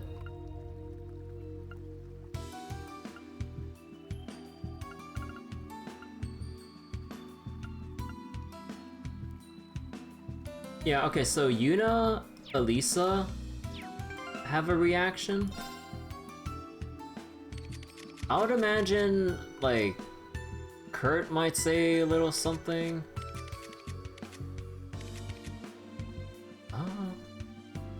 Would Fee or Sarah say anything? Okay, y'all have to forgive me one more time.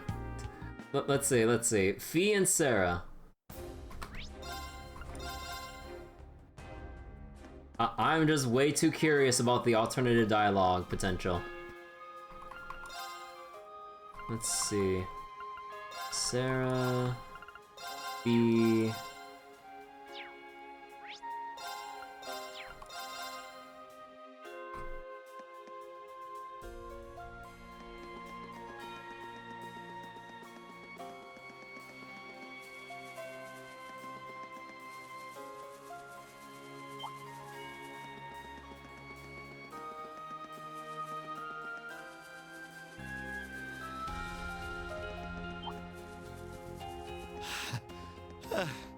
Almost there now. Guess all that desk work really killed your stamina, huh? Oh, I wonder if Jusis would have... Don't worry, we're on the final stretch. You know, I kind of wonder if Jusis would have any, like, active voice about Machias being out of breath here. I'm pretty sure he taunts him right here. Okay. Let's see. Any... Resurrecting...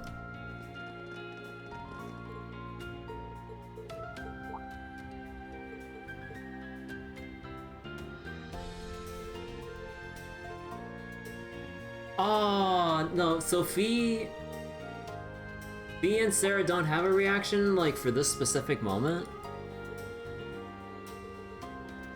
Aw, man! Okay.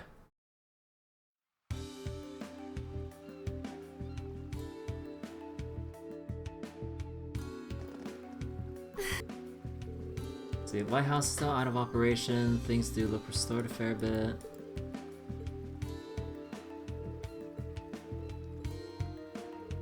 When you got a gift. We should learn a thing or two. No, nothing from Sarah then? Okay, so Fee has like a little quip about... like... Okay. Okay, that's enough of that. My bad. Okay, so Fee has a little quip. Elisa and Yuna have more of a reaction to Muse's like usual hijinks and stuff. And that's pretty much about it from the people I would imagine reacting to this. Because like, I mean, the only people who would really react to this would be like the girls available here. And obviously there's Yuna, who's had enough of Muse shit. And then Elisa being the romance interest. Actually, if you romanced Laura or Emma, would they have a specific reaction with Muse doing this? Because I think with how Elisa reacted, and the fact that Laura and Emma said literally nothing, I think that's a specific romance reaction. With the fires of jealousy burning in their eyes and hearts. It's like, I know it's acting, but... Okay, so now that we got all that out of the way... Ooh, side quest here. Okay, let's start talking to everyone here. You know, I was somewhat apprehensive about being assigned here, given Ordis' noble faction connection and all. The governor carries the full burden of it all, from acting as a bridge with the nobles to coming up with political measures. When I think about what he's going through, it makes me think that I gotta step it up with my own job. Oh, whoops. I wasn't thrilled with being assigned to Ordis, but when I think about what Governor Regnus is going through, I feel like I gotta do what I can. So they decided to turn Riviera Court into another conscription office. People love that place for decades, not to mention the employees. This is just a shame. The government's word is absolute, and I never waver from it. But this one's a little hard to take, that's all. The employees who work there must be really struggling now. In the end though, following orders is the only road I've got. Still, it does make you wonder if there aren't better ways to go about these things. Finally! Ordis! I'm a merchant in a neighboring town, but I always order my wares from Ordis. This railway restriction is choking us. We've got a goods shortage, so I'm here in Ordis to make my purchases directly. Awful time to be a merchant, but we have to make the best of it, I guess. By the way, there are all kinds of rumors among the merchants regarding Riviera Court. It's a pretty famous spot. Did something happen to it or what?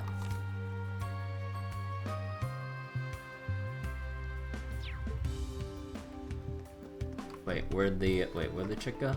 Oh, I know, the girl's over here. Each family is deploying soldiers and contributing financially to the war with Calvard. They may be cooperating with the government's orders, but I doubt they do so with any joy in their hearts. There's a feeling in the air that we're moving closer toward war. Things will only be more unstable moving forward. Yo, second dialogue. I do approve of the war against Calvard.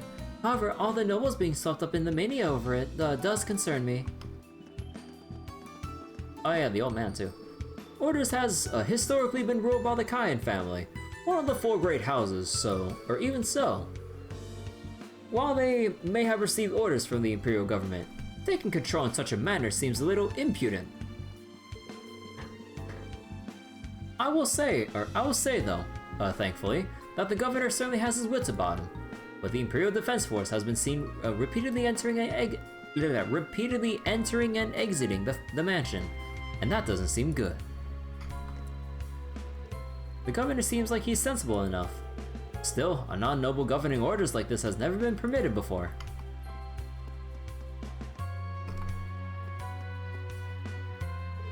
Well, my draft card finally came. I was hoping to do a little bit of shopping to take my mind off things, but looks like Riviera Court's in a rough spot at the moment. Ever since I started hearing the rumors about Kleist & Co, I've been cutting down my visits.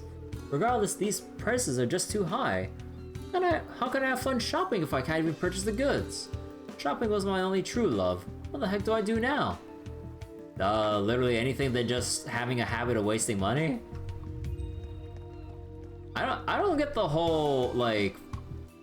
I never get the whole fascination with the shop till you drop kind of thing. It's just like, get what you need, get in, get out. No need to go, man, I'm bored. I know, I'll just go wander around like a shop. That's Riviera Court, right? Yeah. Ferris is the manager there. I bet things get quite hectic for her. Like, I don't really get the whole mindset like, oh man, I just want to go in and just see all the good deals. Like, oh my god, this is like so cool. I'll just buy all this. So, our naval fortress training is over. Looks like we're finally gonna receive our assignments as new conscripts. Yeah, first they send operatives into our country, and then they try to assassinate the Emperor. How stupid can a country be to mock Erebonia? We're gonna teach Calvert a lesson they won't forget. We have that new model too. It's not even gonna be a fight. We'll be sure to pulverize them. Could have said it better, my man. Bunch of weasels, that's what they are. I can't wait to see the looks on their faces. Jesus, dude. Erebonia has always possessed clear military superiority over its neighbors. If the Empire reaches its full power, then Calvert won't last a second, I reckon. We were conscripted from nearby towns, and now we're all here receiving our assignments. This is great. I'll teach those Calvert fools a lesson they won't forget using my own 2 hands. Well... Welcome. Are you here for some ice cream too? I used to just run a food cart in summer. I wanted my ice cream to bring smiles to people's faces. That was what got me started. Pick up a scoop to pick up your spirits, don't you agree? You know, I think this is the same ice cream we got when we were here for our field exercises. And I'll never forget your gentle gaze then, instructor. Hey, why don't you take the opportunity to treat me to a cone? Excellent suggestion, Ash. I'll be sure to give it some real consideration. I heard that Milliam ordered 5 scoops here once. I wouldn't mind trying some. Bittersweet tomato gelato! Bro, I don't want no...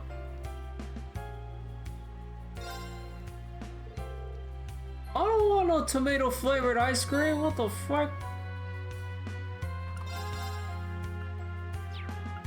Wait, it cures ailments? Oh shit. Wait. Hey. Okay, I'm pretty sure if I go into like another shopping area, there's gonna be another recipe. Because I'm like, wait, how'd I miss a recipe? Let's do this.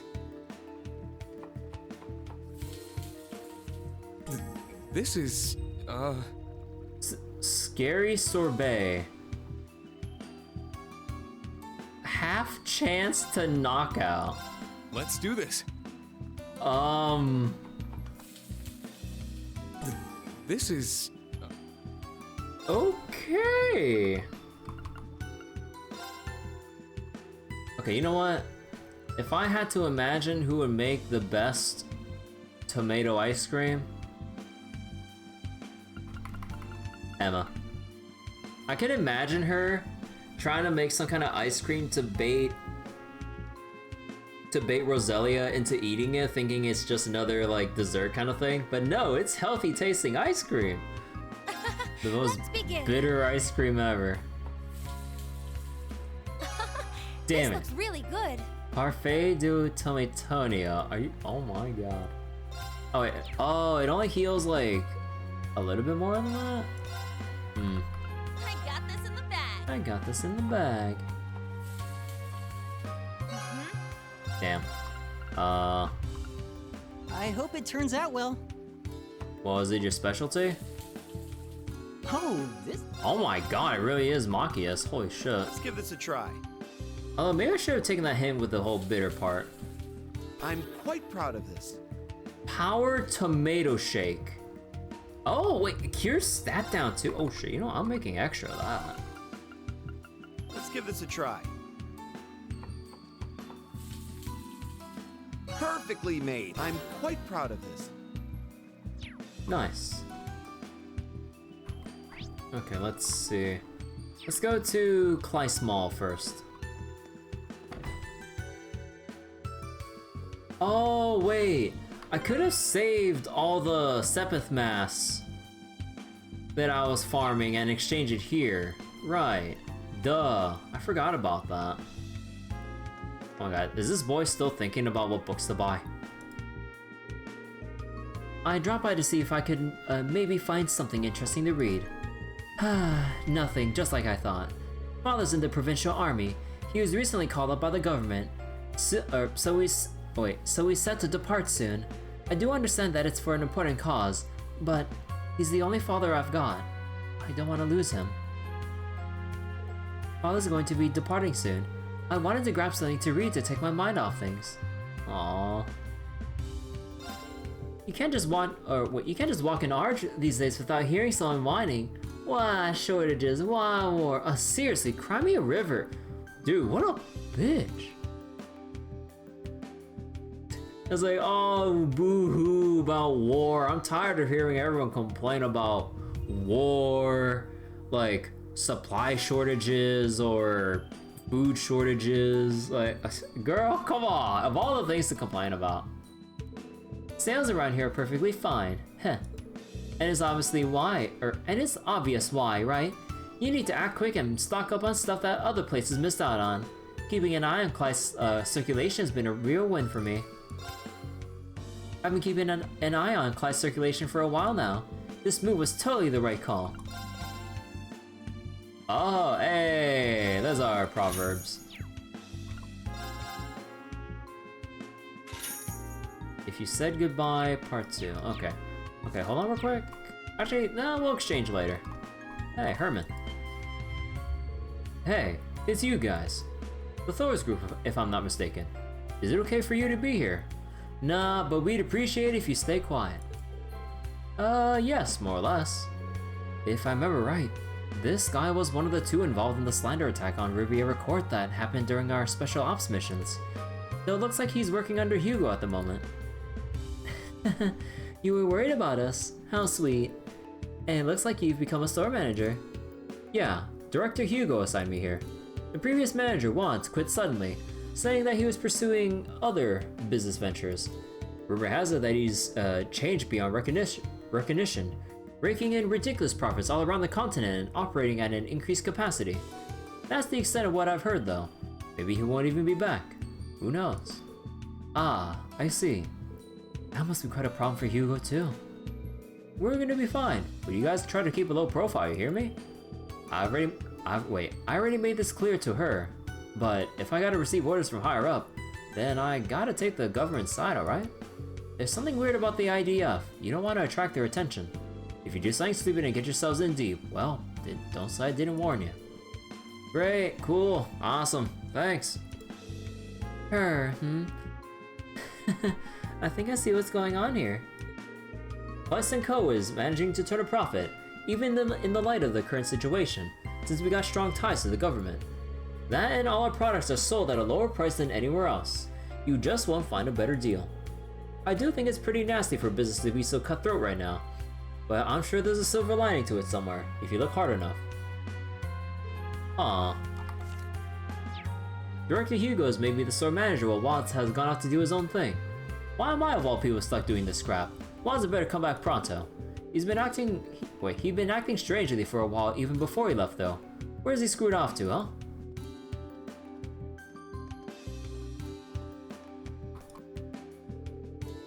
My employer absolutely detests the idea of financially contributing to Heimdall and says I shouldn't shop at Kleist Mall. But look at how Riviera Court ended up. That's simply the state of things, and there's nothing I can do about it. As a maid, I always need to prepare quality meals. There's no room for complaints about where I shop when that's my job.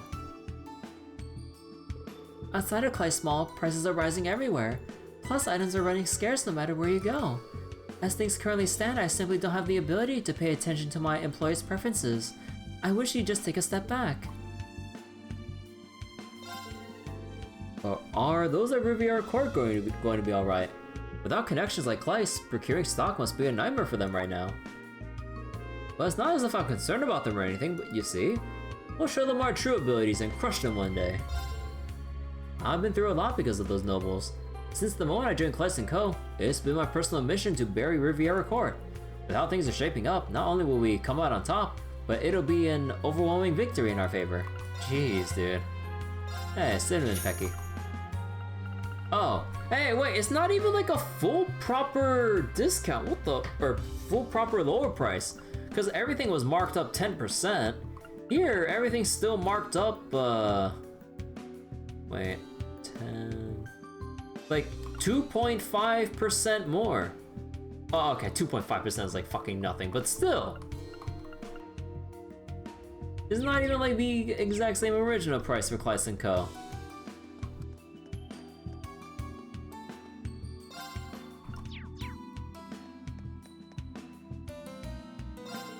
There's been an uptick in weapon sales lately. It's made for good sales figures, but I feel rather conflicted about it, really. Things seem to be selling better and better the more lethal they are. Given everything that's happening, there's not a lot to be done, is there? This shop usually uses airships for our shipments. That's how we can offer our array of specialty ultra high-speed services. But the airport's been commandeered by the military, so those services have been temporarily suspended. I'm very sorry. If Wads were here, we might have been able to push the matter a little more. I suppose there's not much we can do now. Ooh, a watch for Machias. Oh, the rider jacket, yo. Wait, a bike color? Yo.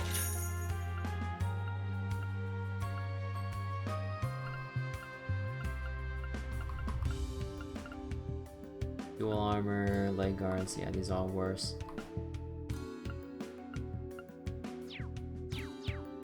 Alright, let's see. Cipher graph. Precise and sturdy watch. A durable metal watch. You're really giving this to me. It looks fairly expensive. Now it's cheap as shit. Yeah, you've helped me so much at every turn, Machias.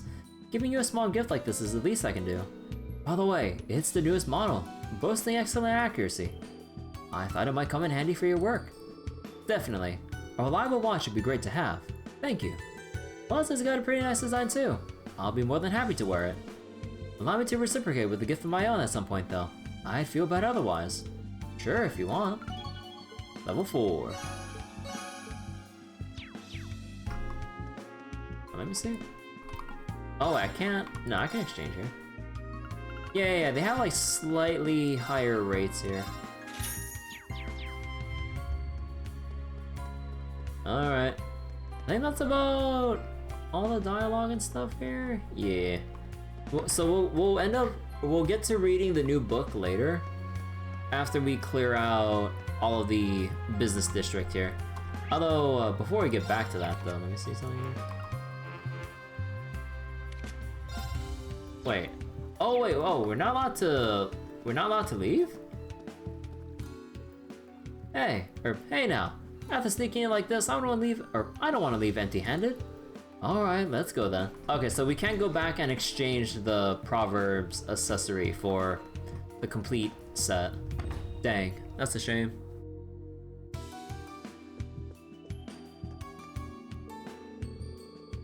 You still have yet to recover the assets you lost during the Civil War, correct? How pitiful to think such a supposedly great investor as yourself can't even manage this much. Who are you talking to? Or wait. Oh wait, sorry, I read that wrong. Who are you to talk, Richmond? I already lost half your assets during the ballot incident. For you to be talking like that, you must have more capital than I do, Well, let's put aside such trite matters and look to the future. Huh, naturally. That accursed national mobilization laws caused many of my operations to collapse. Let us join forces, Count Richmond, just this one time. Very well. I will offer you a fresh start. Let's wash away any quarrels we may have once had. And if you and I join forces, we'll feast on the market. We'll feast on all the market has to offer. Huh, that we will. The Calvert crash 5 years ago proved to be lucrative, to the tune of over 100 million mira if memory serves. Then today is the celebration of our future success and riches. Surely such an occasion calls for a bottle of special grade Steinrose. Ha ha ha! As lavish as ever, huh? That's Count Gordy of the Croissant Province. It seems he's decided to stop by Ordis, and to spend time with Count Richmond, a famous investor no less. That was an interesting conversation to witness. Right, that atmosphere makes me not want to go anywhere near them though. Didn't you work with the Noble Alliance? I don't think you're in a position to say something like that. Well, we did handle some requests back in our student days, but with things looking as they do, I think it's better to stay uninvolved. Today we toast to our alliance. I must say, Richmond, we may have our history, but I do consider you to be a top-class investor. Let's pool our abilities for this operation, so that we may both profit. Welcome to Hotel Hortensia. In the past, we would host a great number of guests who would come to visit our lovely Ordis. Recently, though, our customer base has shifted toward nobles who prefer to use our hotel for discussions and informational exchanges. These changes do leave me with some sadness, but these are the times we live in. Our establishment has recently seen a rise in guests who elect to use the premises to hold discussions and exchange information. I must say, they all have such dark expressions. There are those from the eastern side of the Empire who fled to Ordis in an effort to escape the chaos and damage of war. Perhaps it's a case of excessive worry, but not an unsound decision. Ordis is the city furthest from the fighting. The city is also home to Juno Naval Fortress, which houses the 3rd Armored Division. Their presence does indeed make one feel safe.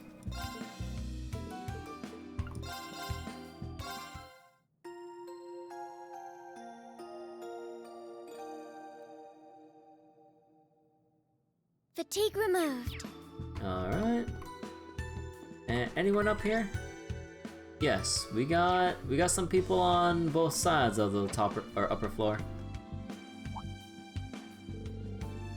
Do you have business with the Count? He should be out front in the conference area. I'm sure he's discussing another crooked get-rich-quick scheme. How very like him. He should be out front. Oh wait.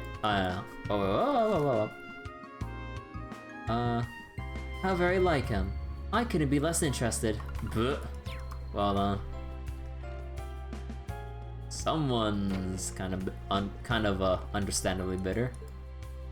Man, we never got to see this VIP area, dude.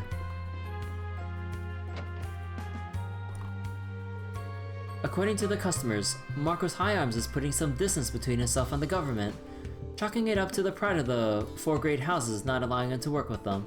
It's a little late for that, don't you agree? Could he perhaps be involved with that rumored Viceland army? Or he may be planning to just remain neutral the entire time. He is known to be a member of the moderate faction after all. At any rate, that's a conversation that has nothing to do with me. As for why Marcos High Arms is putting distance between himself and the government, it's completely possible that it's an effort to show support for the Viceland army. Though that's just speculation.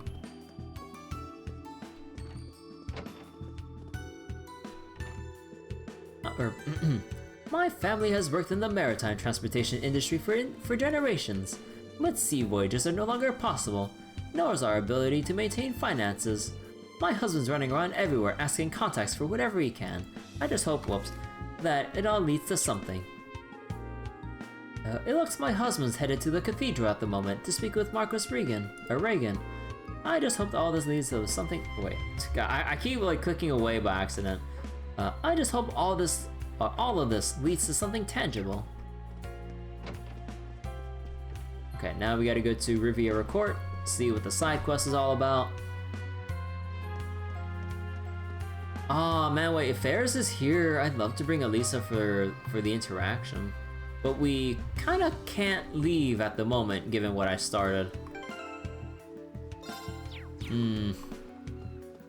That's a shame. Oh, jeez, there's like nothing here. Oh no, they said this is a. Oh no, the military police mentioned this, right? It looks like everything's being packed up for some reason. They closing up shop or something?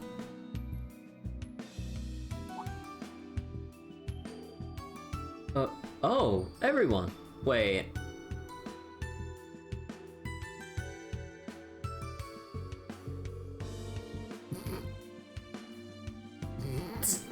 Wait.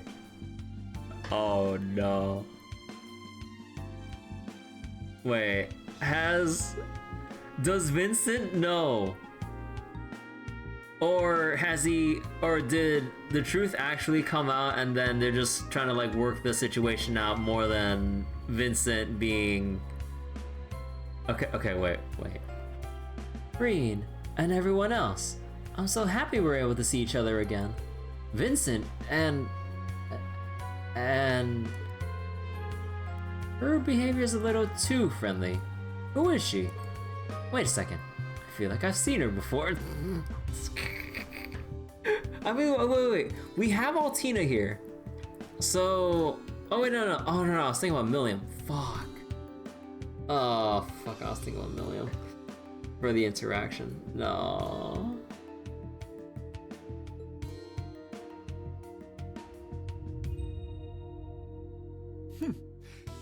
In addition to Schwarzer, it is a most fortuitous blessing to see you among us once more. No one say it. Yeah, I'm not really sure how to face any of you after everything I've done and all. And Lady Mildine. Or would you prefer Muse instead? Muse is indeed preferable, thank you. Good to see you, Vincent. And Margarita? You forgot my name. That's so mean, Rean. Well, it's certainly been a while, everyone. No, it's not that we forgot your name, Margarita. You just look really different now. I didn't recognize you at first. It's perfectly understandable to be caught a little off guard. Oh, okay, so Vincent does, okay, so it did come out. That Vince knows, okay. Or Vincent knows. I'm not quite used to it myself, and we're, dating, I suppose. Against his will? Oh, isn't it cute how embarrassed he gets? Damn, is this really happening? That's so great. Congratulations, you two. You sure emphasized, I suppose. Oh, Vincent, he couldn't just break it off. Vincent was always hiding from Margarita back when we were all students. Must have been quite a journey, but it looks like their relationship is progressing nicely. Ahem. In any case, I've been speaking with some of the other alumni, and I'm hearing some significant chatter. We've much to discuss. Your reason for coming to Ordis, for example. But our hands are full at the moment. Riviera Court has no future whatsoever if that certain something isn't found. What happened? What's going on with Ferris is worrying, but it looks like the issue here is more pressing. Yes, explaining the specifics could take hours. Well, basically, Riviera Court's been commandeered by the army, right? That's correct. The notice from the Imperial Army arrived about a week ago. It ordered us to vacate the premises so they can turn it into a conscription office. We had to scramble to find a new location. Somehow we managed to borrow an office from the Harbor Union. We've gone into overdrive preparing for the move. But the permit for opening a new location cannot be found today, the very day we were to move. If we don't have that in hand, then we cannot operate, even if we make the physical move. Every last employee is running around trying to find it. Damn, talk about stressful. No wonder you all look so down in the dumps. The notable locations in the store have been searched down to every last corner. But despite our thoroughness, we still haven't found it. It's not a thought that I enjoy entertaining, but it's possible the permit was stolen. If that's true, then the situation is grave indeed. By the way, wasn't the manager of the store? Yes, my sister Ferris was once the manager. After the incident in Heimdall, she disappeared without a trace. There hasn't even been word as to whether she's alive or not. I've taken over management in her absence. Oh, this is Ferris we're talking about. I'm sure she's fine. My thanks, Schwarzer. I choose to believe that as well. But for now, we need that permit.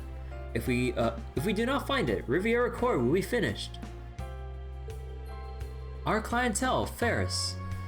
Our clientele, our clientele, Ferris. How could I face them if that happened? I couldn't live with myself. Yes, we simply must find it. They could probably use our help too. Vincent, we could help you out if you like. What do you think? That's right. As a fellow alumni of Thor's, we can't just ignore this. Huh. So it ended up like this after all. You busybodies sure like sticking your noses into other people's business, huh? I don't know what to say. Then don't say anything. We'll take a little look around the place. We'll help search for your permit. And maybe we'll pick up some intel on what's going on while we're at it. Thank you so much. This really means a lot to us. It would be great if you take a quick look around the premises. We're counting on you all. Wait, Riviera Runaround? So, anyway, are you working with Vincent? But of course! And not just right now. The two of us have been spending a lot of time together. Even outside the fair situation, any member of a family as esteemed as the Florals face no shortage of challenges. I wanted to be his dedicated nutritionist to take his dietary concerns off his plate. But alas, Vincent refused. Gee, I wonder why. It's such a shame. I'm holding on to a secret spice that was guaranteed to deepen our love. Yes, nothing like good old drugs. Yeah, shame. That miracle seasoning must be behind her transformation too. Really? That particular seasoning can like, jeez. If that secret seasoning or whatever slimmed her down that much, it would turn Vincent into a freaking skeleton.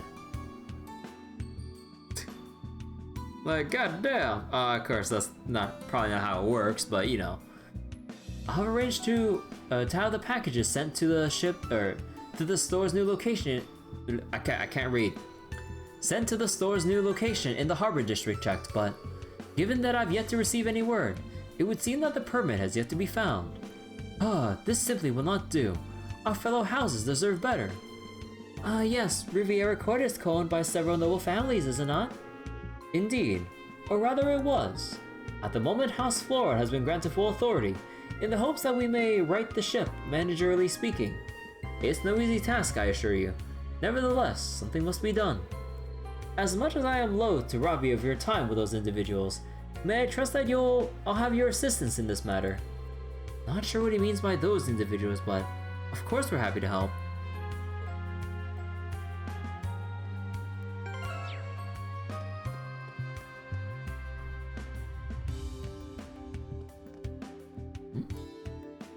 Oh, the window? That window. If a thief really did sneak in, it'd have to be through an entryway or a window around here. Yeah, Well, if they were here, they don't seem to have left any trace behind. No signs of forced entry at the door either. If someone broke in, it must have been a massive thief. Or there never was a burglary to begin with, right?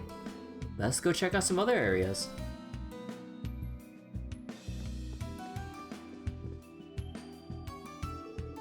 I put the permit inside the cabinet, along with some other important documents. It was still there until last night, I'm sure of it. But then when I checked this morning, both the permit and the relocation notice were gone. You lost your relocation notice too? Damn, this is real messy, ain't it? If they went for the letter, or, well, the only party I can imagine doing this is Clyce and Co. And here I was thinking of our rivalry as a fun, healthy one. Why would they do something that would clearly cause them to be hated? I think it's a little premature to jump to conclusions like that, since we don't have enough evidence. There's a lot that bothers me. Let's keep searching. Why choose us rather than Clyde Small? It must be our noble faction status. We still got the issue with the permit to worry about. We really don't need someone to trying to pull one over on us as well. Oh?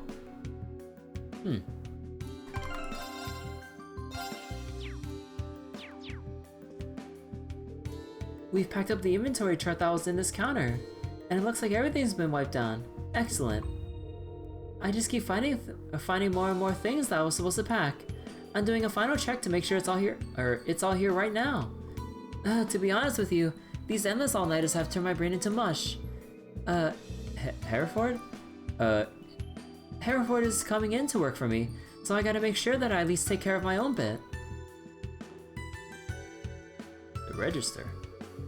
The register, huh? If there really was a thief, I imagine that they head straight for the mirror. Let me take a look. Pro examined the register lock. Doesn't look like anyone forced it open or anything. You sure perked up once you got your hands on the register, huh, Crow? I can't place it, but there's something different about you today. It's no big deal, right? This is the first time I've done something like this since I was at Thor's. It feels a little unreal, that's all. Crow.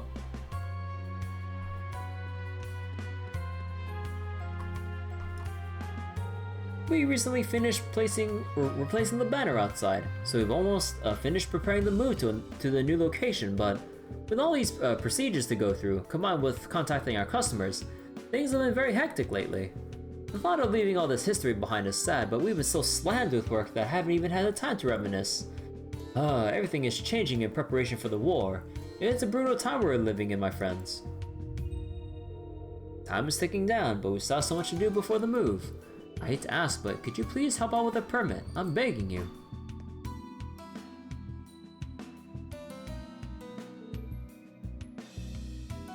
Oh, that's my desk. That's where I take care of my paperwork. I'm terribly sorry for the mess. I was in a hurry this morning, and everything is still splayed out on the desk. Hey, isn't this the relocation notice in the trash pile? I thought the relocation notice and the permit were lost together, but... Yeah, what the hell, man? You just left one out here like this? What? I thought I sent them all out already. What happened? Actually, I realized this morning that I forgot to mail some of the paperwork for the move. I removed the relocation notice from the cabinet and sent it all together. I was very rushed. If it's still here, then perhaps... They maybe screwed up which papers you were supposed to send out, yeah? That does seem to be the case, doesn't it? I have no excuse for my oversight. I'm so sorry. You're always so diligent, Hereford. A simple mistake like this isn't like you. So the document you mistakenly sent out was a permit then? It's highly possible. When we looked around the store, we couldn't find any traces of a thief. The only explanation is that one of your employees made a mistake. Like what should or shouldn't have been sent out, for example. You were very thorough, weren't you? Hearing this, your theory does seem on the mark. So we can expect the permit to have been sent to the party, sent to the party the relocation notice was addressed to. Yes, the address was Lord Galton's estate in the Noble District. Let's head there immediately. Good idea. Please wait a little longer. I'm counting on you, Schwarzer.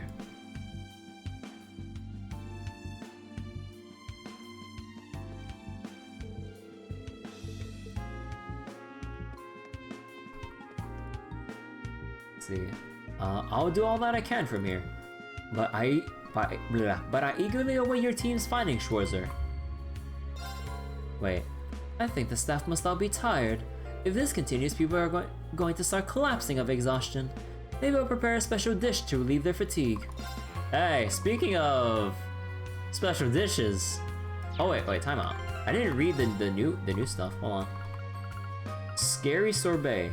A chili sorbet that can leave the impatient with a wicked brain freeze. Truly wicked, huh?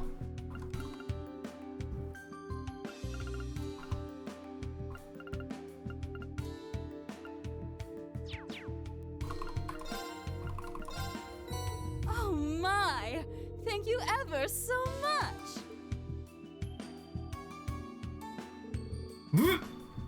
Oh my god, no! What did I do? How? How does one's body, like, just change with one simple dish? My, what a fascinating dish. That is precisely the sort of adventurous flavor I'm looking for. I can hardly wait to sample whatever you bring me next. Oh, thank you ever. Okay. Wait, what? Wait, time out. Inspiration. Okay. Oh-ho! Oh-ho! Oh-ho!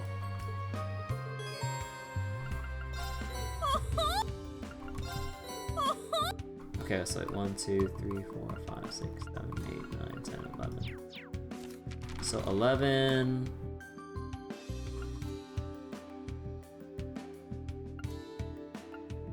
Wait. What didn't I give? Wait, was it the watery white mush? Wait, how do I remember which one I gave to... Initiate cooking mode. Wait, time out.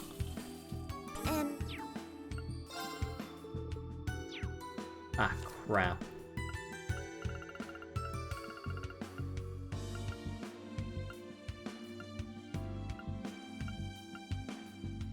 Was it the bitter pizza? I got this in the bag.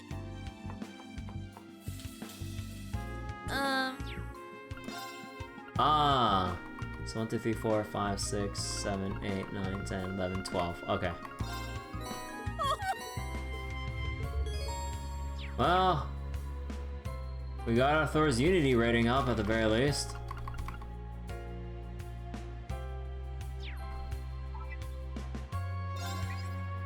Here to make a Great work, everyone. Okay, so Best of luck. actually, wait, can you check for updates on the Unity rating, or is that only at the end of chapter? Because I know that obviously this is only for the requests and stuff, but does it also check for the Unity rating too? Let's check. Enough for a prize? Damn. I'll take a look.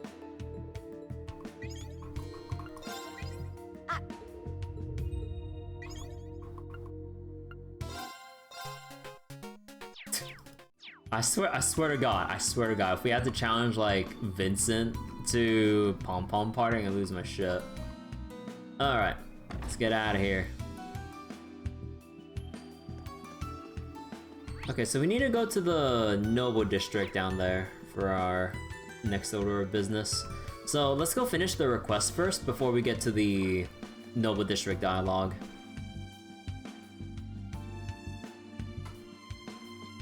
And it's right in that mansion. Okay.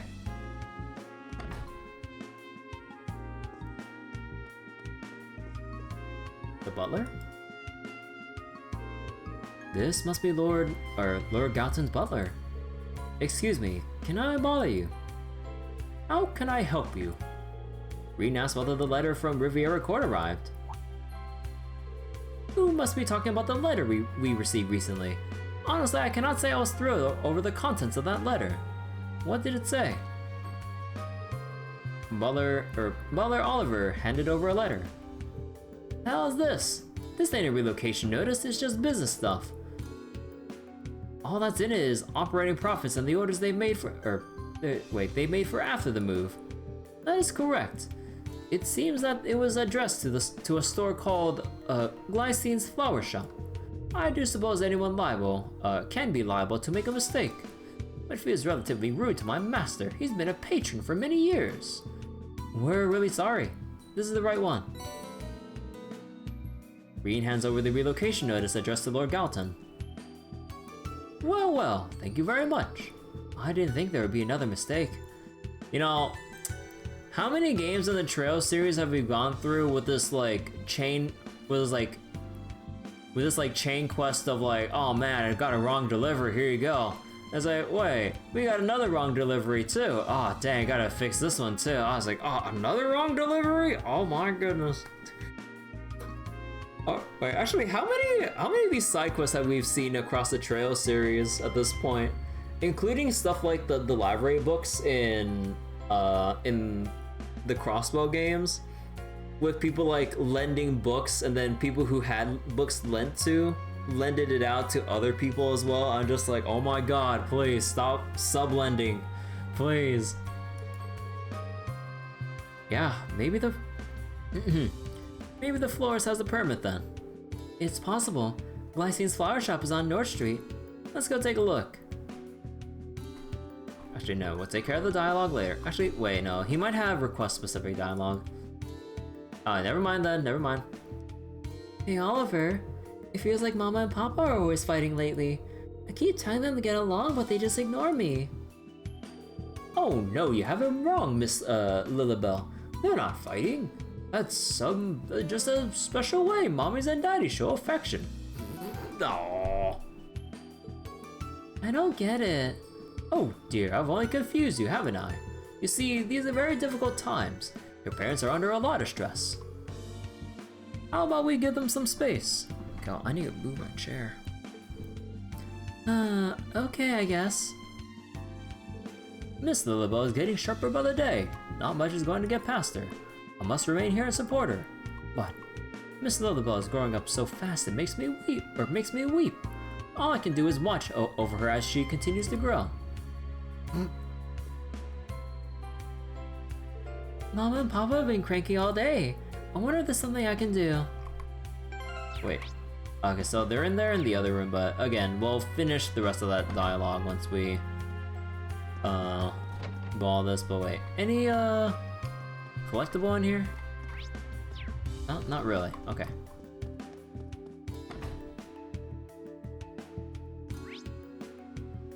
Oh. Timeout. Yeah, on North Street. Okay. So we need to exit out here before I stumble into the main quest cutscene right there. Can I make it to the flower shop without triggering? Okay, so there's one in the Orbital factory, so we're good.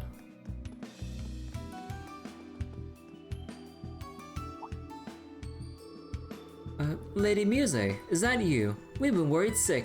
You'd up and vanished without a trace. It's been too long, Glycine. I'm so sorry for worrying you all. Ahem. Well, as long as you're safe and in good health, that's all we could ask for. It looks like it's been pretty stressful for everyone back at the house as well. All of North Street's been watching over you since you were a little girl. We'll always be here for you. And I'm ever so grateful. I actually have something that I'd like to ask. Muse asked if the florist had received a letter from Riviera Court. You must be referring to the invitation I got. To be honest with you, that's something I'm a little stuck on. Glycine presented Muse with a piece of paper.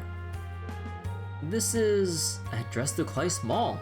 And it says, details are as per our earlier discussion.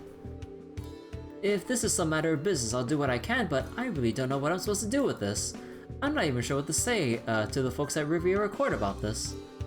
Oh, this has all been one big misunderstanding. This is the letter meant for you. Thanks, my lady. Sorry for the hassle. Don't even mention it. This kind of screw up could put a real dent in Riviera Court's reputation for a while. Yeah, that's for sure. At any rate, we should head over to the business district and drop by Clay Small, right? Now it sounds like just the right time to find that permit. Hold on. Oregano Pecky? I don't know, didn't we buy one like this already? Okay. So, back to Clay Small.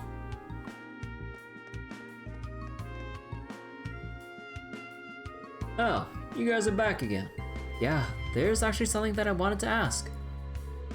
Rean asked if the mall received a letter from Riviera Court. Oh yeah, we did get something like that. I heard the move was a done deal, so I just assumed it was an invite to the grand reopening. I haven't even opened up the envelope yet.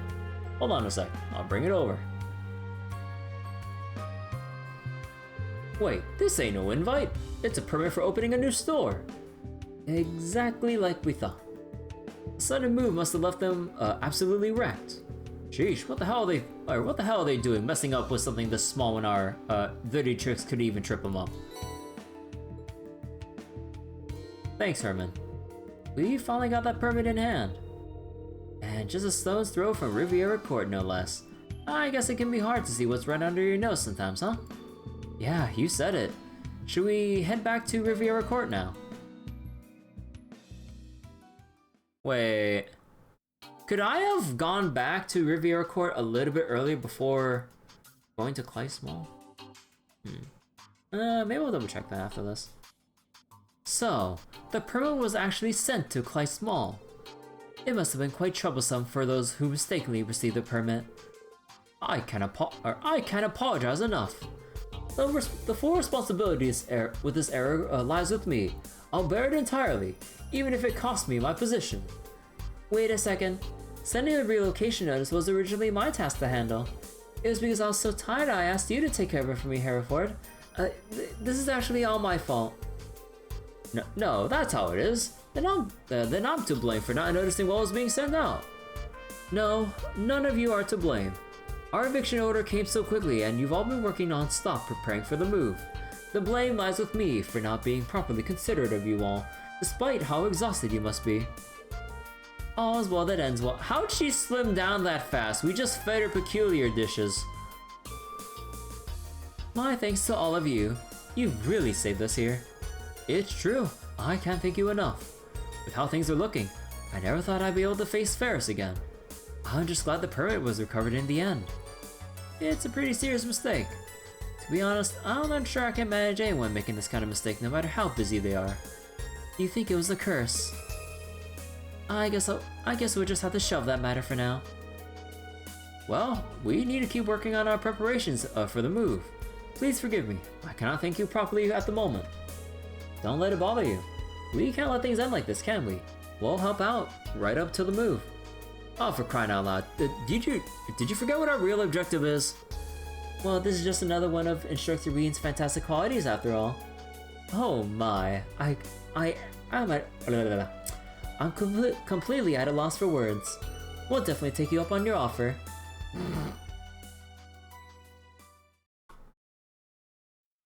Oh my god.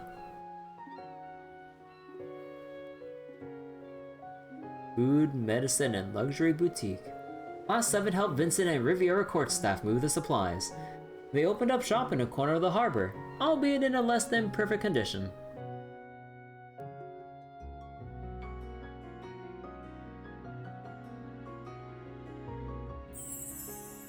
Drinks for everyone, except us. Led by Margarita, the staff of Riviera Court raised their glasses in a toast. Rean and the others joined in the festivities and wished them luck with their new storefront. Honestly, what the fuck? How? How did a simple drink and sandwich just like what? Oh my god, how does this girl even live, like, slimming down and putting on a whole ton of weight in just like in a matter of seconds? Thanks to all of you, we've managed to successfully reopen. I've said this already, but I truly wish to express my thanks. Thank you all so very, very much. Wink. My pleasure. Looks like Margarita's back to her old self. I don't think I'll ever get used to this. You know, I kind of... You know, Duvalie back there looks so concerned. I was like, is it even possible for someone to slim down and put on so much weight in the blink of an eye? Of course, I'm grateful to you as well, Vincent. I should give you a relaxing shoulder rub later as well. Oh no, I could possibly impose, especially since my shoulders are not stiff at all. Your attitude's made a complete 180 from earlier. Oh, please don't make this already harder than it, any harder than it already is. I already knew about this, but the heart cannot be so easily swayed. You shouldn't allow physical appearance to distract you. Ahem, allow me to express my thanks as well. Okay, I don't think it's the physical appearance that's like bothering Vincent. It's the crazed obsession and the whole, you know, lacing food with aphrodisiacs and other suspicious drugs and ingredients that's kind of putting off Vincent. Like, if Margarita legitimately just didn't do any of that and just actually meant well and not, you know, drugged his food to get him all hot under the collar to then do suspicious things with him, like, then we can put a little bit of blame on Vincent for judging by appearance. But we're familiar enough with Margarita to know that, yeah, like, this woman is just a big walking red flag. It's like, oh, what a nice meal you made. It was like, what's that smell? Like, what smell? It's the secret ingredient of love. It's like, okay, maybe not. But then again, I mean, to be honest, like, Vincent did try to break things off with Margarita at the end of Cold Steel 2, I believe. But because Margarita is just on some complete copium about the relationship potentially falling apart, just like, oh no, he like I can't believe he put he turned me down, like but then, like, because she heard some key words of like, wait, not yet, oh, he wants to wait for the future, oh my god, I still have a chance, I just need to like do all this stuff and then he'll be mine in the future once we graduated and all that. I'm like, oh my god, girl, please. Like, even if you were to like just straight up like tell her no and everything, she'll find a way to misconstrue it as, ah, no, he's just playing hardball or some dumb stuff. I'm just like, yeah, I feel so sorry for Vincent to have to deal with this. You truly saved us in our hour of need. In Riviera Court's long and venerable history, we've never faced such a trial as this. We must be prepared to face even more challenges going forward. We shan't falter. I swear it on the honors of Thors and the Floral family. Same goes for me. Vincent and I are going to make Riviera Court a bigger success than ever. Vincent? Margarita? Wow. We'll be looking forward to seeing what you do from here. From the sound of things, you'll have your fair share of challenges coming up as well. Take care of yourselves now. I know you have it in you to succeed.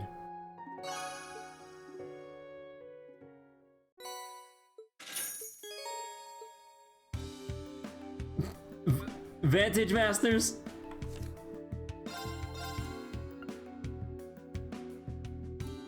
Okay, timeout. Actually, okay, no, I'll get the dialogue with this out of the way in a bit. Hold on. Wait, let me see something here. I feel like Will there be a chance of... Let me see.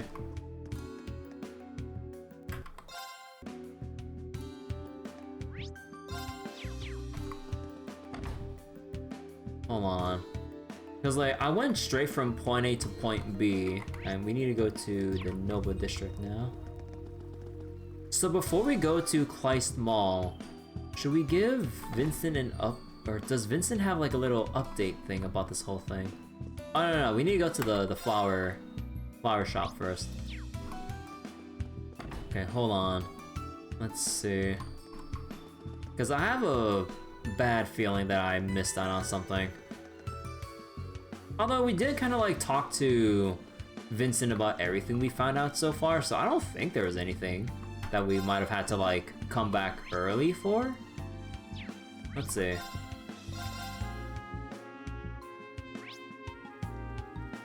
By small, Riviera Court. Okay, look, okay. What if we go back early?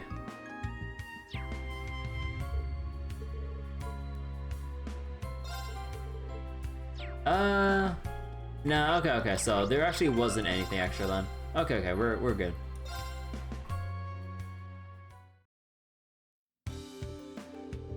Thanks to Rean in Class 7, our worries are finally over. So let's make the most of this moment of quiet and enjoy ourselves, Vincent.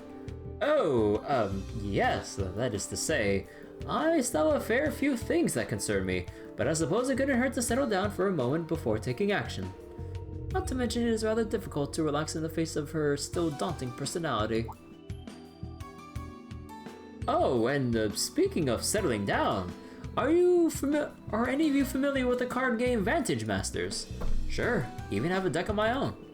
Do you now? To tell you the truth, I've been playing it whenever I find a free moment at work. It really is habit forming.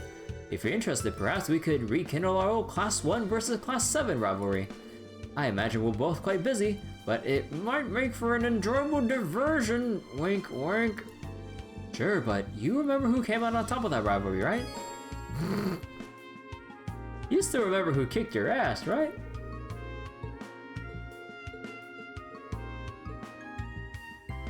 Alright, let's see. So... we haven't had any new cars lately, right? Yeah, cause like we just been getting like, what was it?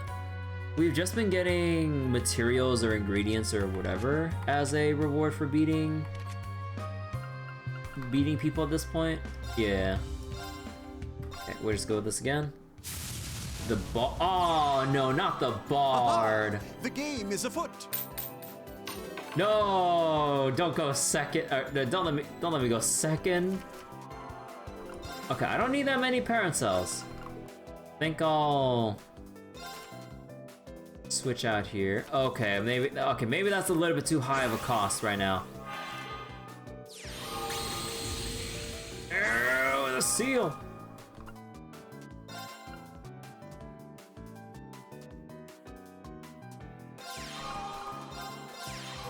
Okay, putting out 2 would be enough then. Well, I mean, that was kind of expected, but... so I can't even move with that then, okay. So fire beats out heaven, so I can't... unless... nah, the bard has... increased attack from... where did that increased attack come from? I think he had a magic crystal because the health got increased too. So... if anything, I'm gonna have to flame shot the bard and we'll have to blaze... or... yeah, I'll blaze the Hepatus. Oh no, don't move.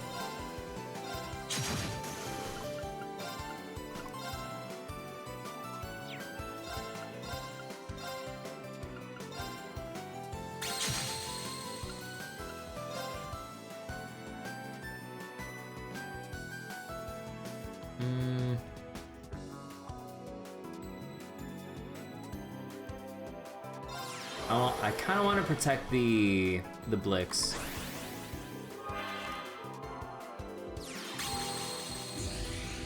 Oh, come on, man.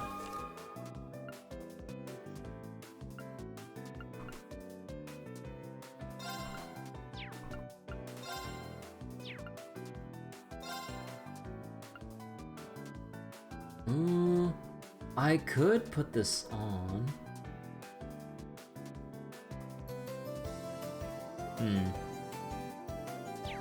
No, wait. How about... So I think we flame shot the Zamopen, and then we move the Hepatus to the magic crystal, and then slap the bard. Yeah, I think that's what we'll do. So, boom.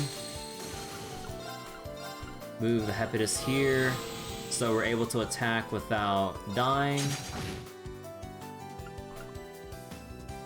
Although, to be honest, we could take the Fiphinol and heal up the Hepatus to do this one more time.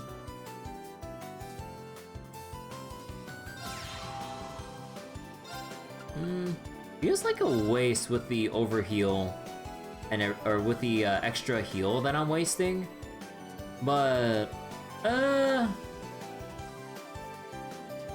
think I'll go for it. Okay, surely you won't seal the Blix and let me move the Blix to the back line, right?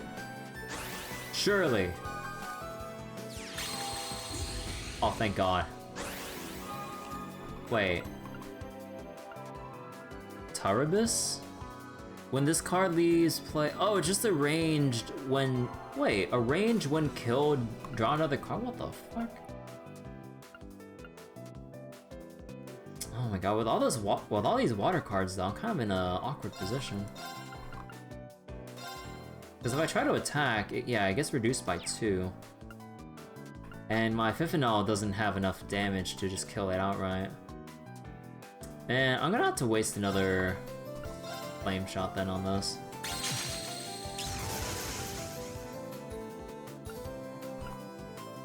I think I'll put down the Fiphinol here too.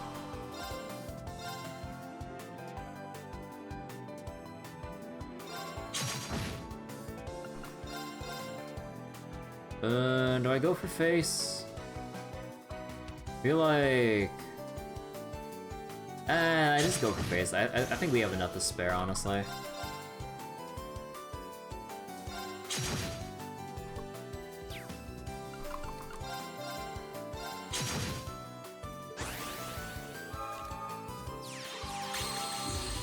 Aw, come on! What is this?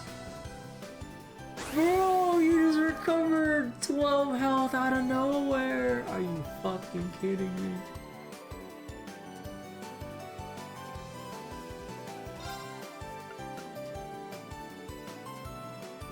Oh my God.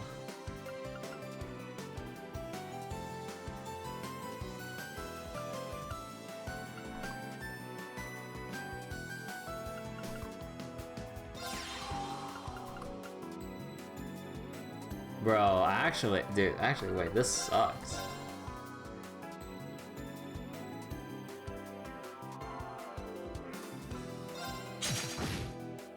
Actually, wait, no, did I have wait, no, did I have lethal there? No, wait, 3, 7, 2, 2, 11. Nah, that would not have been enough. And if anything, the Fiphinels would have moved to refresh their heal to make this even worse on me. Okay.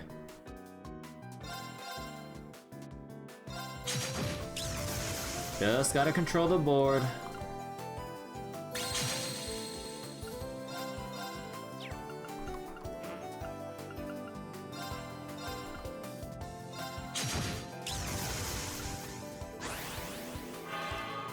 Unfortunately, he has like 6 cards.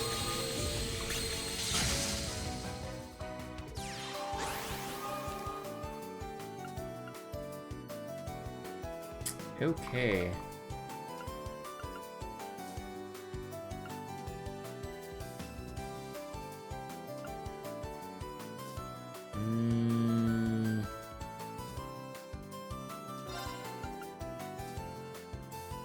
Actually, no, wait. No, wait. Do I have lethal? So, 2, 8, 10, 12, 16. Oh my god, I'm 1 off lethal.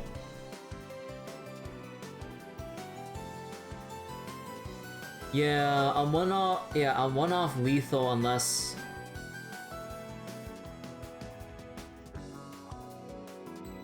Unless. Okay, wait. I'm gonna see if this move is gonna work out for me. So I'm gonna intentionally kill my Fifenol to see if I can draw into one of my Kyrebells. Or no.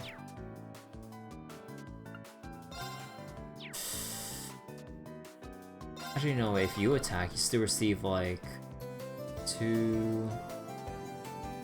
Yeah. Yeah, so I'm 1 off lethal. So that means I would need to draw. Wait, the Kyrebell, and then there's the this is the other one. Actually, I think I have a shot at it. Let me see.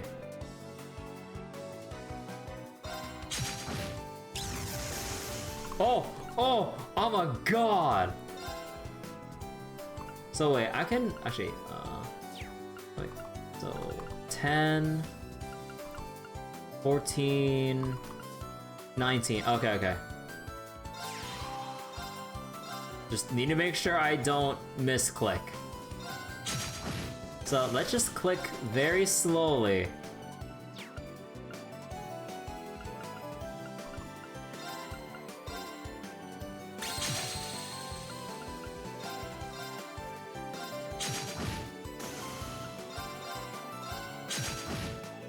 Well.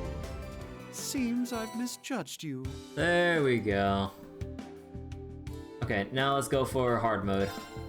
I think I can still do well with the same deck. Or should I put in the Teribus cards? No, I feel like I need. Actually, with how many Water and Heaven cards, I should probably put in more Earth. But then all I have are actually probably the Geobro enemy would probably be nice here. Or sorry, enemy, a card. I mean, bleh. Oh, I feel like I can only fit in 1, right? Unless, I mean, the Parent Cell doesn't really do that much for me. Yeah, this is a very mana-heavy deck and all, but I think we can adapt to this one. Haha! The game is afoot! And I go second again. Fuck. Well, we got our big cards here.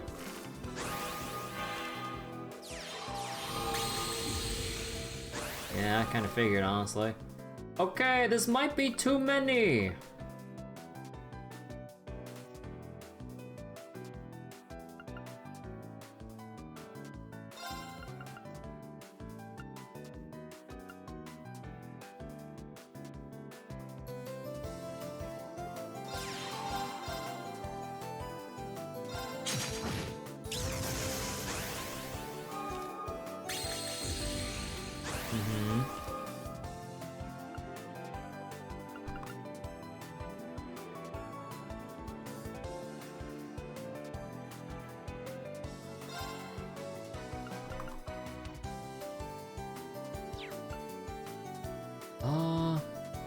You know what? I'm gonna put the Blix down here.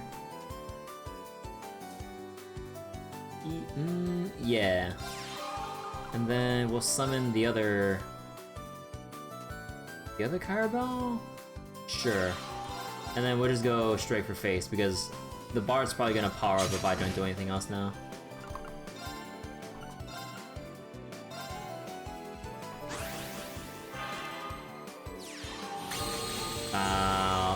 Oh. Okay. The one of the Marmies. And just there now.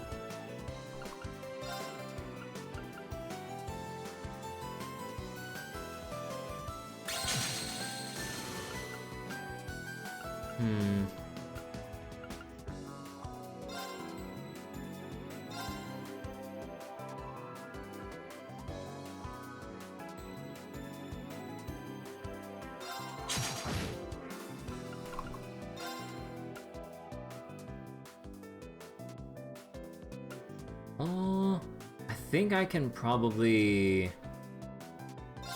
put one down here and put a Hepatus down here. Yeah, okay. And do I go face? I should have. Actually, I should have lethal when I go face here, unless no, you're probably gonna summon all the Fiffinels or whatever and restore HP once you get low enough. Do I just go for my skill point, or no? I feel like you're gonna summon a Heaven card and just wipe my Kyrebell without any actual consequence. Yeah, okay, no, I'll just slap face then.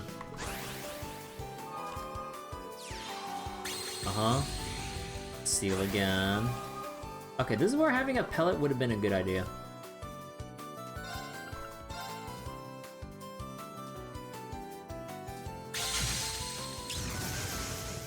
Actually, wait, do we have lethal? So 4, 9... Oh, yeah, exact lethal. Hell yeah.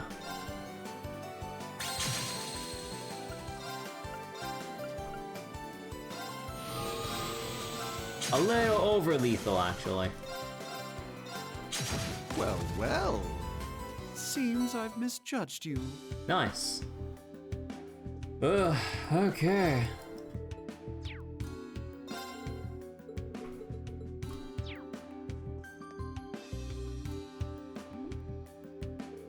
None of this would have happened if I hadn't made you mail the relocation notices. I'm so sorry, Hereford. No, Citron. This is my fault. I should have been better prepared. Furthermore, I should be apologizing for pushing you so hard. You were originally employed as a maid of the Floral family, not here. I hate to consider pushing you so hard once more, but now there's a possibility to make I make another mistake, but let's continue to work hard together. In moderation, of course. Of course, sir. The storehouse is still a mess, and there's so much to do. First of all, I'll have to make amends with everyone who was affected by this incident. I'll go with you. Very well, let's be on our way. Okay, let's see. Thanks to you, we've safely moved into our new storefront, and now we can stay in business a little longer. It's not as fancy as our previous store, but looks like everything, right? We'll all work hard one day to restore Riviera Court to its former glory. Home is where you lay your hat. Excuse me. I'm sure we'll get used to it in time. No matter how much I look at it, he's totally forcing himself to look optimistic. Still, it's a relief to see to see that he's just the same as ever. Yeah, something tells me he's gonna be fine. Oh, Chevalier gloves.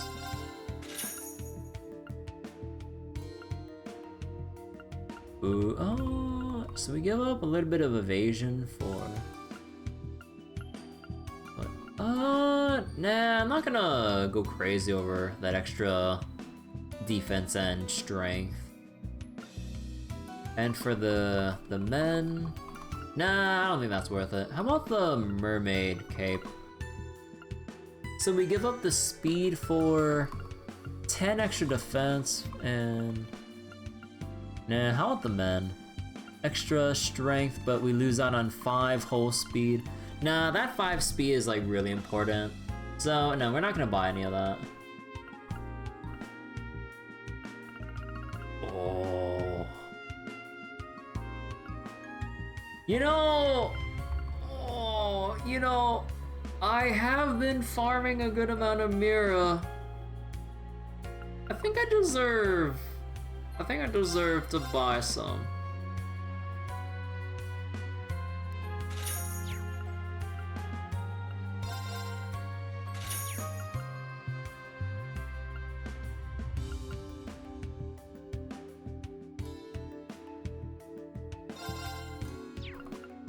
So Abyss Shadow, Evergreen. I think Deep Ocean's probably a little bit lower on that priority list. Oh, 400 defense though is nothing to scoff at though. Oh my goodness. Actually, who else could use... Okay, so I got Abyss Shadow.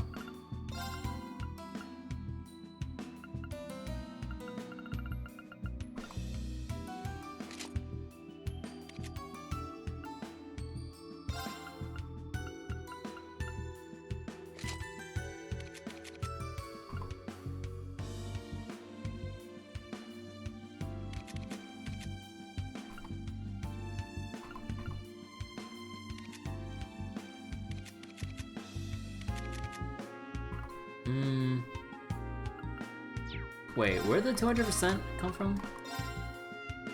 Oh, right. The Evergreen and the hit 3 that I... Wait. No, I didn't put on a... Wait, hold on. Oh, right. Rage has accuracy on it too. Right. I only put this on because I didn't have anything else to really put in. Right. Does anyone want... Let me see. So Deep Osher could be a thing for Mize.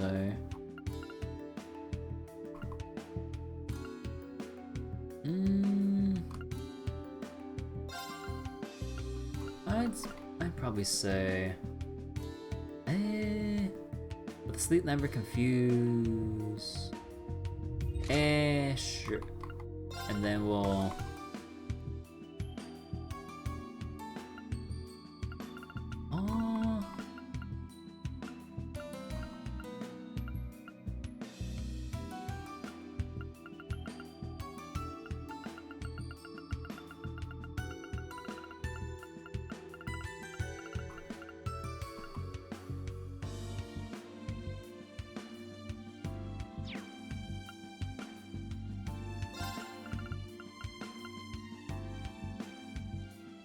Actually, maybe that wasn't the best.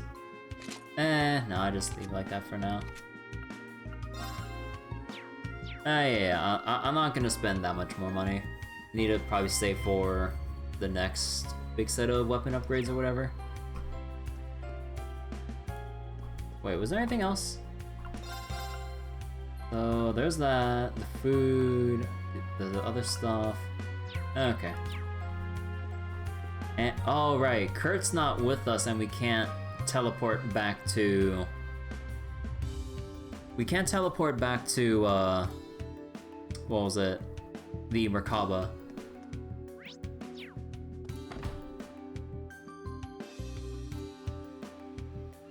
Oh, right, the cutscene.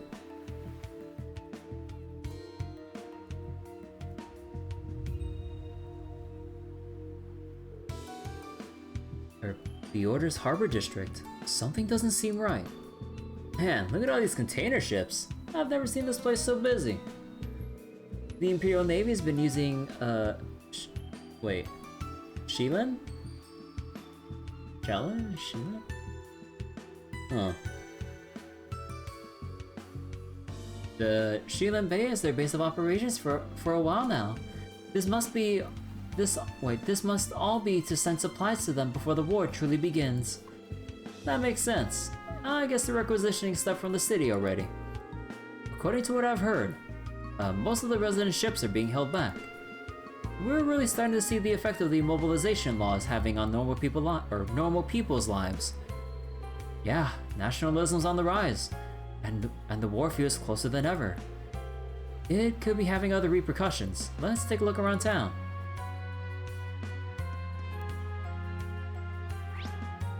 Okay, so there's Miranda's Tavern. We're back to North Street. Wait, who this?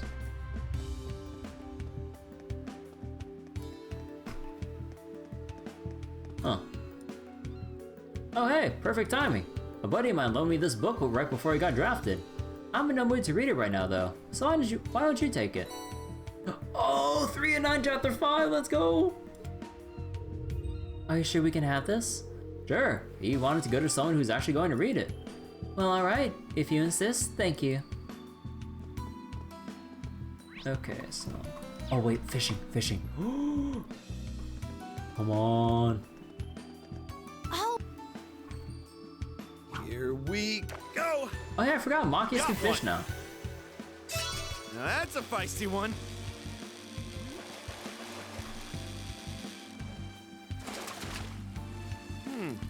It's passable. Passable. Oh, Sepith Mass. Wait, if we... Wait, how much Mira is that if we fish it up? Let me see, so 45... Oh no, it's only 21, right? No, it's only like 945 Mira. If you kind of like exchange it like that. At... Oh, is it? If you exchange it at, Kleist and Co. Let me see, is it just like, yeah, it's like all Seventh Mass. Okay. Any new fish around here, though? Here we go! Got one! Now that's a feisty one.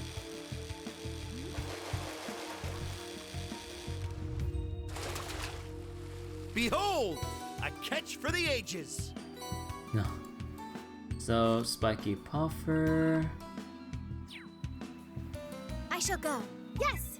Actually, I forget, I can't... Wait, who can fish again? Alright, Muse doesn't join in on the, fishing, right? There. Oh no, she does. Here's one! Actually, hold on. Away. Hold on. I know I have a lot of Mira to work with, but... Let's see. Here's one!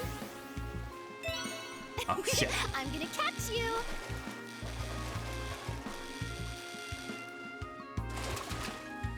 What a lovely fish! So just a regular puffer. There! Here's one! No, I got let's away. see. There! The timing window needs to be a little Here's different. one. I think that's the I got spiky away. puffer timing window. Here's one! Oh, it got away! There! Here's one! Oh, No, it that's got the other away. window. There!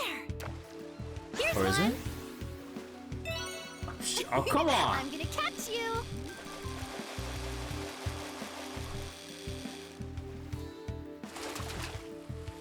What a lovely fish! Oh, whatever, you know what, I'm gonna roll with it.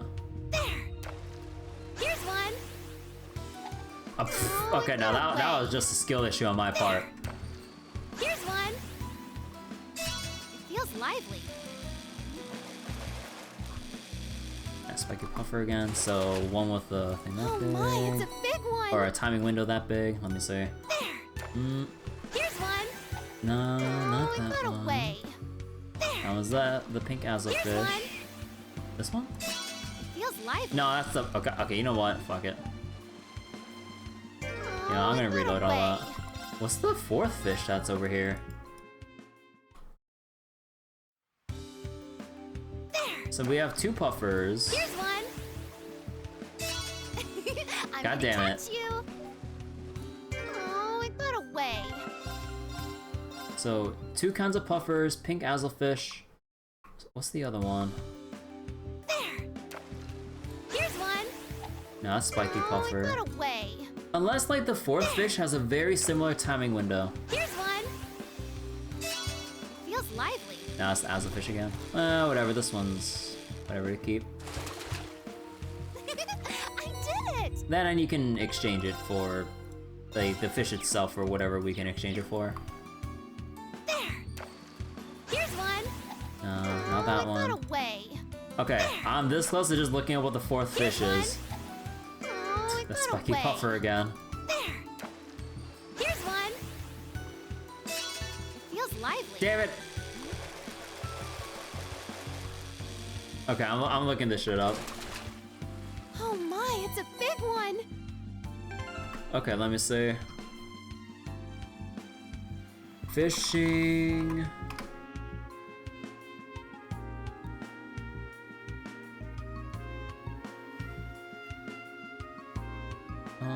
Ordis Harbor. Oh, it's just the cobalt crab. Whatever, man. Okay. So let's see. Anything else we need to check out? So before I get through the rest of the dialogue for everyone here, let's see. What else? What else do we got? Food? Oh, well, if it isn't Miss Musa Egret, you're back earlier than I thought you would be. My plans have changed somewhat. I apologize for the radio silence, Bartolo. Oh, about that. I delivered that thing you asked me to, safe and sound. You've got a few soldiers sniffing around, but I've already laid some fake info for them to find. It shouldn't pose any problem. You really are, Master Bartolo. I never doubted you could take care of it, but knowing the matter's settled is a weight off my shoulders. If anything else comes up, you just leave it up to old Bartolo, okay? What the heck are we talking about? If I'm reading this correctly, Bartolo helped Count Egret evade the hand of the government, is that right? Receptive as always, instructor. Damn, just how many steps ahead could this girl get? Some guests are arriving over at the mansion, and judging from the welcome that's rolling out for them, they must be kept on a pretty tight leash. Bartolo's special. I'll take some. Actually, you know, I'll take another one. You never know when you might need a handful of these. Okay, so there's a little sub-event here at the Egret residence. Oh, wait. There's 2 people in front? Oh, that must be military police. Hold on. So, we already did our shopping here. Okay, what about food at Seabreeze? So once I get all this out of the way, then we'll kind of like rotate through the dialogue proper. Since Dad's been conscripted to serve as a Navy cook, I've been forced to help around here in this place. I never worked a register before. How am I supposed to know about receipts and service charges and all that? I just want a nice guy to come by, that's all. Could you imagine if some rich guy like Jusis Alberea or Patrick Hyams came to see me? Talk about your dream date. Guys, I am so tempted to reload my one save, rush Jusis all the way here, and see what happens if Jusis reacts to this. Okay, you know, I'm tempted. Okay, hold on. We're going back. We're going all the way back. And we're gonna rush Jusis over here to see her reaction. Oh yeah, wait, wouldn't Jusis get a reaction out of Muse? Also, what about Kurt?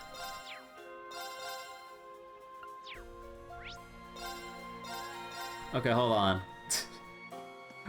Time for more reactions to Muse's dialogue and see what happens if you bring Jusis to that to Betty. Alright, let's see. I have to know.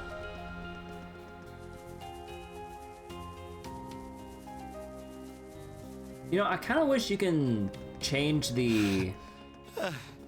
Almost there now. Oh, wait, the interaction.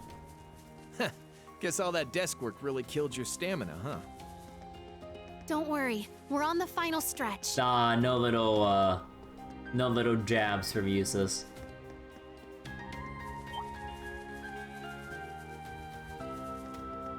But yeah, let's see.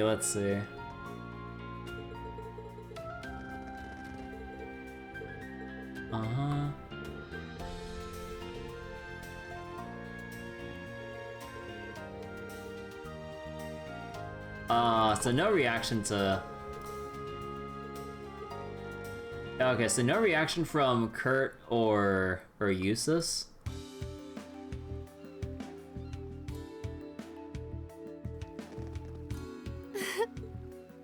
So Ordis, infiltration. Wait. In any case, the infiltration was a success.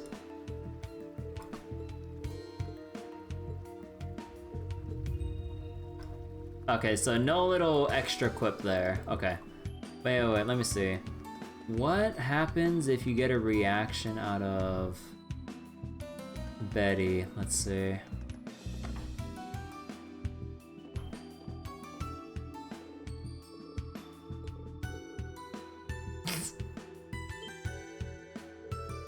I can't believe it! Are you the Jusis? Yes, that is my name. Sorry, do we know each other?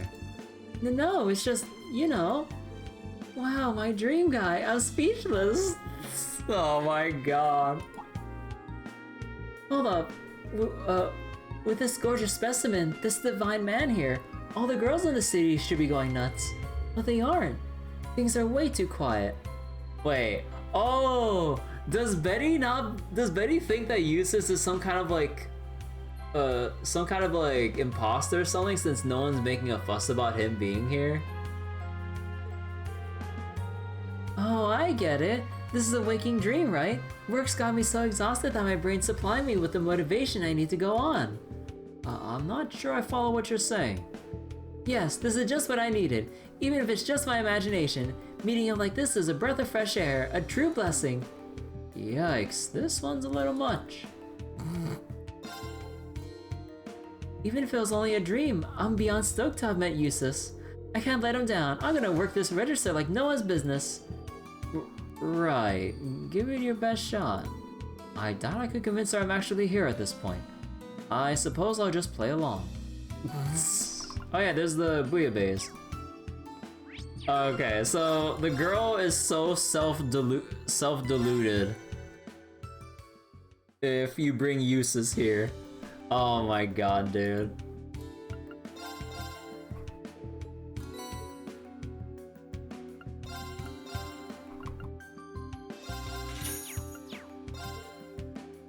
See, no stopping me now. I'm going to rewrite the book on register operation. Oops, looks like I made a mistake on that last customer's bill. Oh well, can't win them all. I'll just make it up by giving the next customer extra strong focus. Well, we got our other food that we're missing. Let's see, who do I think can make a mean bouillabaisse? Duvally. I can handle Actually, no, this. who made this before? No, it should be the same from before, right? It turned out splendidly. Wait, oh shit, care wait, of I got it yourself. first try. I can handle this. It must be some sort of miracle. It turned out splendid. Won't take a second. This is some real... Initiate cooking mode. An unexpected result. Frigid demon broth. Okay, timeout. A deathly cold broth dish. The contents of this pot chill down to the soul. Oh my god, dude. Okay. So let's go hit up Margarita again for the peculiar dish. Oh! Okay. So we gave 13 so far. And we've made extra, what was it? I forget who it was, but we need someone to make more, what was it? Was it superb? Yeah, superb dishes. So I need to make sure to have an extra superb dish from everyone. I got this in the bag.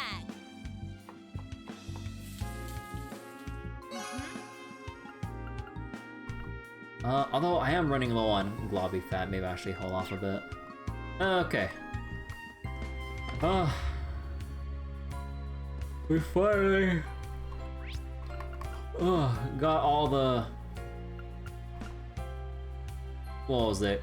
I think all of the collectible stuff out of the way for now. Well, I mean, there's still probably stuff inside the buildings I haven't checked out yet. Okay, hold on, let me just go back to the business district.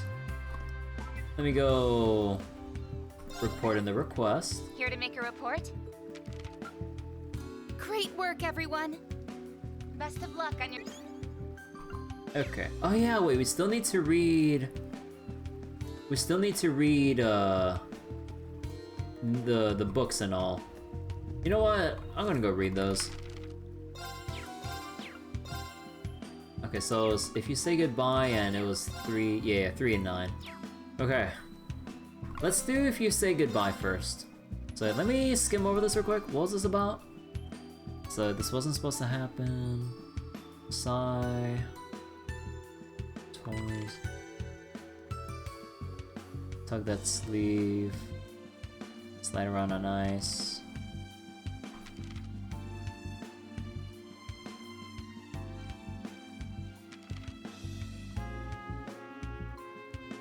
Or oh, the carriage accident. Try my toys like they used to. I'll make something new, something you can play with even the way you want now. Oh, right. Alright, Chapter 2, At Any Cost. Over the next 2 years, Sai made countless trips to the cemetery. Every time he'd lay toys on Martha's grave, and the graves of other children, hoping for a chance to see them laugh and play again as they had in life. It's only polite to share, right, Martha? These kids don't seem to like my toys much, though. What am I doing wrong? Day after day, Sai would speak to the empty air in front of the little gravestone. One day he was sure he'd come back to find that the toys had moved or disappeared, that he was getting through to his old friend, but that day never came. Maybe it's these materials I'm using. Is that why you can't touch these? If we think about it that way, then his head alive with new ideas, Sai left the toys and shuffled back to his workshop to try something new. Time marched, and the young toy maker continued to place offerings at the grave, to no avail. Then one evening, as the sun was going down, something occurred to him, an idea very different from his usual way of thinking. If only I could find a way to give you a body again, then you could play with these just fine. Oh no, we're not going. Oh no, we're going with this route. Why hadn't he thought of that before? Finally, he had a direction to take his research. 30 long years went by. Sai worked 30 years. Sai worked like a man possessed, barely eating or sleeping. His workshop deteriorated into a grimy, chaotic mess. His body became thin and emaciated, but he worked on, chasing after every last scrap of arcane knowledge he could find. He was determined to see Martha again, no matter the cost. It was a cold, crisp morning as Sai walked along the all too familiar path to Martha's grave. A complex mess of steel and wires held under his arm. This was the result of his labors. A device that could, in theory, be used to give a spirit physical form. He switched it on, and it began to emit a strange noise. It started as a low-pitched drone, but gradually got higher and higher, penetrating through the air, through stone buildings, even through living flesh. It was as if the whole of reality was being strained to its breaking point. The machine stopped, and Sai looked around him. He didn't see Martha anywhere. Did it work? Something in the air did feel different. Picking up his device, Sai skulked away to investigate. Even before he reached town, it was obvious that all was not well. It was too quiet. Even at this time of day, there should be crowds of people bustling around as they made their way to work. Sure enough, the streets were full of people now, but every last one of them had fallen to the ground. They lay there motionless, as if the life had been drained out of them, leaving only empty husks. Oh shit.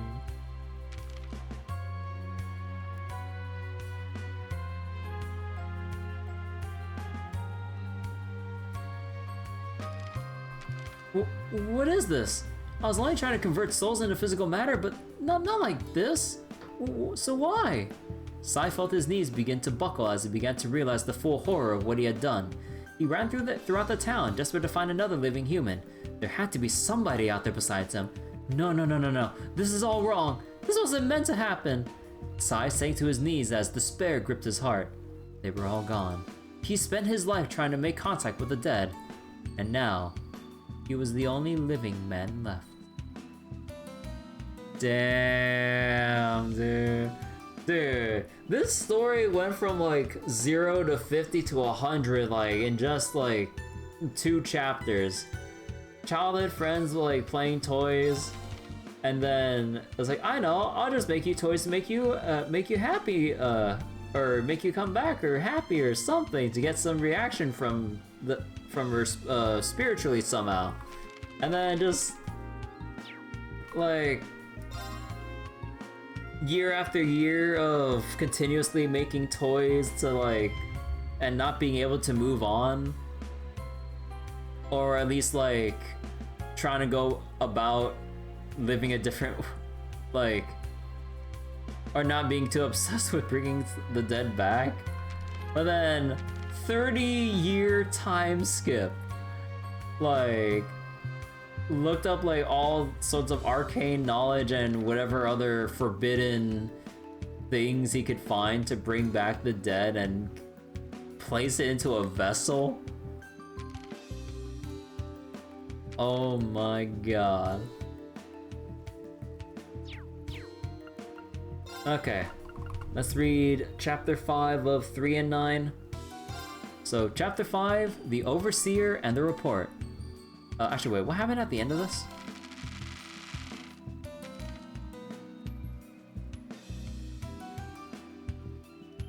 Oh, right, the betrayal.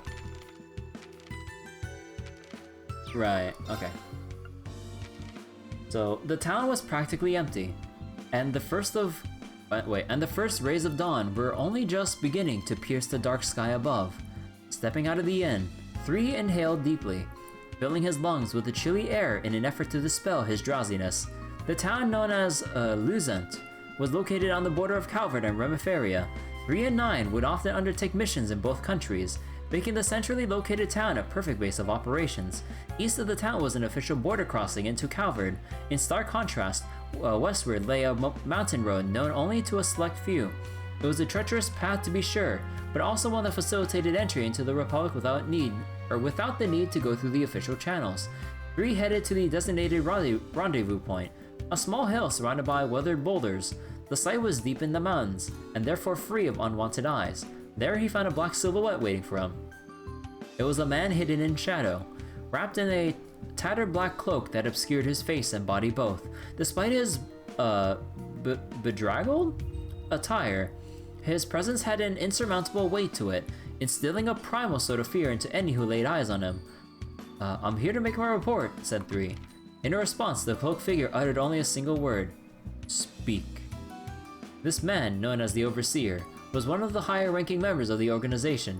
He was given the name of Emperor from the Major Arcana, but those who served under him referred to him as, or simply as, the Overseer. As his title suggested, he watched over 3 and the rest of the organization's tools. He was the one who provided mission instructions and received their reports. 3 relayed the details of how their mission to the Overseer. As he finished, the man spoke again. Next. Right, regarding 9 of Swords, as part of their briefing, every member was required to report on their partner's activities. Each of the pair would separately describe what they did and what they had observed their partner doing. Even the slightest discrepancy between the pair's reports was discarded or was regarded with a suspicion. The objective behind this requirement was to instill them with fear that any plot they may hatch to betray the organization would swiftly make its way to the ears of their superiors. That is all, 3 said as he finished his report. Very well, the Overseer said. You will be contacted with instructions for your next mission once they are ready. Understood. 3 turned to head back to town, but as soon as he did, the Overseer spoke again. It was a little more than a whisper, but it was delivered with a weight that froze 3 in his tracks. Stop. 3 slowly turned around to face the Overseer. As always, his dark hood had completely covered his face. It's been 3 years now. You haven't been making any more plans, have you? 3 felt a sudden chill shoot down his spine. The Overseer's suffocating gaze was laced with a powerful malice. There was no need for 3 to ask for clarification. He knew the Overseer was talking about his escape attempt 3 years prior. The Emperor had personally conducted many of the organization's purges of runaway members. As their very lives became threatened, many lower-ranking members would find themselves overwhelmed by fear, rendering them powerless before the merciless Emperor. Thus, even within the organization, a cruel place in its own right. the Emperor had earned himself a reputation for his savagery. He was also the very same man who had tracked down 3 and Ace during their escape attempt. Had he already picked up on 3's new plan to escape? No. 3 found the thought absurd. He had taken every step with utmost care and prudence. Further, if the Emperor had obtained some proof of 3's wrongdoing, the young assassin would already be dead. This was a test. If 3 wavered here, even in the slightest, it would mean his end. I will never again attempt something so foolish. I am a tool of the organization, nothing more. My sole purpose is to take the lives of my targets. The way he casts his eyes, I just realized that this is 33 pages of reading. His calculated and practiced manner of speech, his natural breathing patterns, 3 had pulled it off to perfection. Silence hung heavy in the air between them for a moment. Finally, the Emperor spoke. I do hope that is the case. The murderous presence faded from the air, as did the tension that had been building in 3's chest. There are certain expectations riding on your shoulders, the Emperor said. I'll fully devote myself to meeting them, 3 said, in the same practiced tone. He moved once more to return to town, and was not stopped this time. He bought it. Back at his inn room, 3 let out a sigh of relief as he collapsed into bed. Nothing had really happened during his exchange with the Overseer, but nonetheless, he felt completely drained. Without exception, each interaction he had with the Overseer was psychologically exhausting. This was to be expected, however, as he was indeed hiding his true intentions for the organization. In truth, 3 had been planning a second escape attempt. The past 3 years had been grueling, but did nothing to quash his fervent desire for freedom. If anything, his resolve to reclaim his humanity had only grown stronger by the day. However, each day also saw his blood-drenched hands growing yet heavier with sin. He was a mere tool, human in physical form only, with what few shreds of humanity still remained in his heart. He feared would be lost, or forever lost, before much longer. Each new day that dawned could be the day he finally slipped away into being a little more than a device, one whose only function was assassination. Put simply, a cold-hearted monster. That was a terrifying future he dreaded above all else. I absolutely need to succeed this time. I need to get out. His plan had 2 requirements he absolutely needed to meet in order to succeed. First off, he needed to avoid a direct confrontation with the Overseer. Second, 9 could not find out about his plan regardless of the partnership. He had to be careful to avoid even giving the impression that he longed for freedom. Of course, this meant that 3 would be forced to abandon 9, someone who had fought at his side through countless life-or-death situations. The girl was even younger than he was, but for all her genius, there seemed to be something off about her. Nonetheless, whenever 3 thought about the moment he would pull the trigger and finally put his plan into motion, he always felt a strange sensation welling up inside of him. Strangely enough, it was a desperate urge to fill her in. There were a number of times where 3 had tried, actually, but before he could even get the first word out, however, memories of Ace's sword speeding down toward him would flash through his mind. In the end, he always remained silent.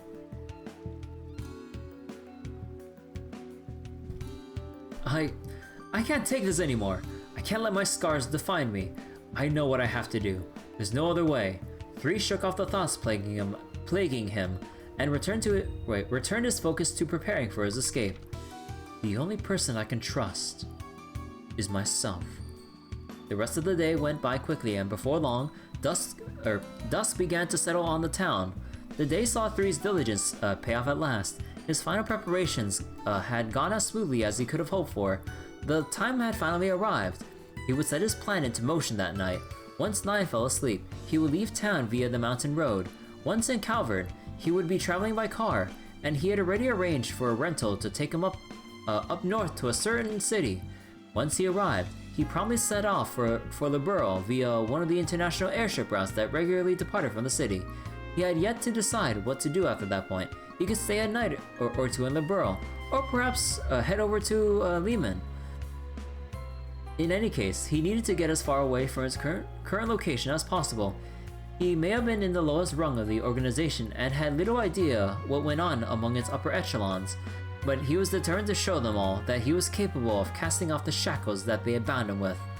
Caw! Caw! His rising determination was interrupted by a crow flying into the room. It made a few circles in the air before landing on the table. What the? Taking a closer look at the bird, 3 noticed a specific crest adorning one of its legs. As he did, his face turned into a grimace. It could only mean one thing. This was the method the Overseer used to communicate. Now? Wait, he wants to meet now? It had even been an entire day since 3 had delivered his report. The briefing for the next mission, maybe. Even as he said his words, he was gripped by an indescribable sense of dread and anxiety. However much he wanted to simply ignore the summons, it was not a luxury he could afford. The only chance his plan had of succeeding was if he was able to put a good amount of distance between himself and his would-be pursuers before the Overseer realized what had happened. Were 3 to ignore a direct order, however, the organization would immediately recognize it as an act of rebellion, one that would inevitably lead to his death. Mentally preparing himself for another encounter, one he could not avoid, 3 set off for the meeting location. The rendezvous point was the foot of a small hill, deep within the mountains. The same site he had been just that morning, in fact. There remained no trace of the ominous, eerie stillness that pervaded the place before, however. Bathed by the light of the setting sun, the weathered boulders seemed wreathed in brilliant flames from a distance. 3 arrived to find 2 figures already waiting for him. The first was the Overseer, draped in the same tattered robe as usual. The thought occurred to 3 that it made the man look more the part of the Hermit Arcana than it did the Emperor. At the man's side stood a young girl carrying a large stuffed bear. 9. Her attire was more or less the same as what she wore on the Howler mission, with a few alterations to make it more functional and mobile. Her presence there did not cause any alarm for 3. After all, if they had been called to be briefed on the next mission, or their next mission, it was only natural she would be summoned as well. Something felt different, however. 3 couldn't put his finger on why, but anxiety began gripping his chest. So you've arrived, the Overseer said as 3 approached. Yes. What is my task? Excuse me. Okay, hold on real quick.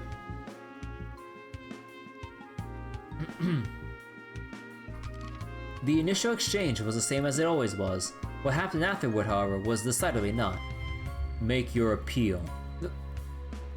My appeal? 3 said slowly, the anxiety in his chest rising. I have received a report detailing your treachery from 9 of Swords. I don't... 3 stammered. He was at an utter loss for words. He had calculated each and every outcome that could potentially happen, going over the steps in his head time and again. The absolute worst one possible was now playing out right before his eyes. A wave of despair washed over him. Could this really be happening again? Had 9 betrayed him, just like Ace? It was impossible, 3 thought. He hadn't told her a thing. He knew that their relationship was strictly professional, and he could not under any circumstances trust her. That was just how partnerships in the organization worked. How could she have known? It doesn't make any sense. It must have been some kind of mistake. 3 attempted to defend himself, knowing full well it was a futile endeavor. You can't talk yourself out of this, S. No. 3 of Swords. 9 finally spoke, but her usual sleepy demeanor was nowhere to be found. Instead, her voice was crisp, her eyes alert. She removed a scrap of paper from within her bear and strode it to 3. This is your ticket for an airship voyage to Liberl, the one you booked for noon tomorrow. 3 felt the ground fall off from under him. Amidst the shock, a small part of him wanted to yell out that the ticket was a fake, that he had the real ticket, but doing so would be tantamount to suicide. Huh.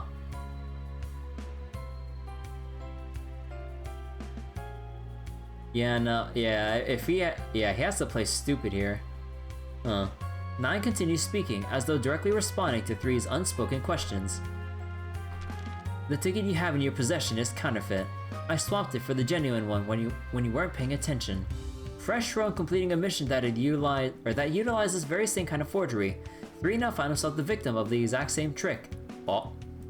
By the way, the name you used to acquire this ticket was Ryan's Foggart, student of Genis Royal Academy, correct? 9 continued.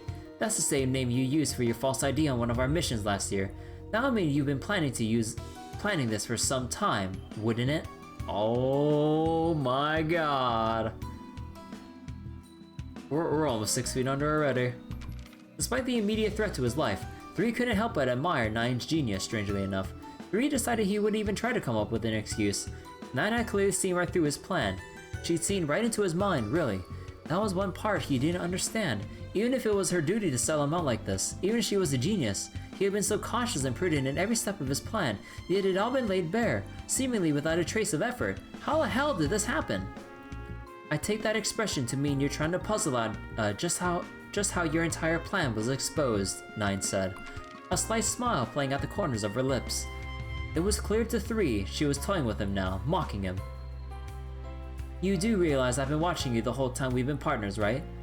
You've been my only target right from day one. Oh. Her tone was merciless, her words dripping with a thinly veiled venom. Yes, I've been watching you Three, inspecting, observing.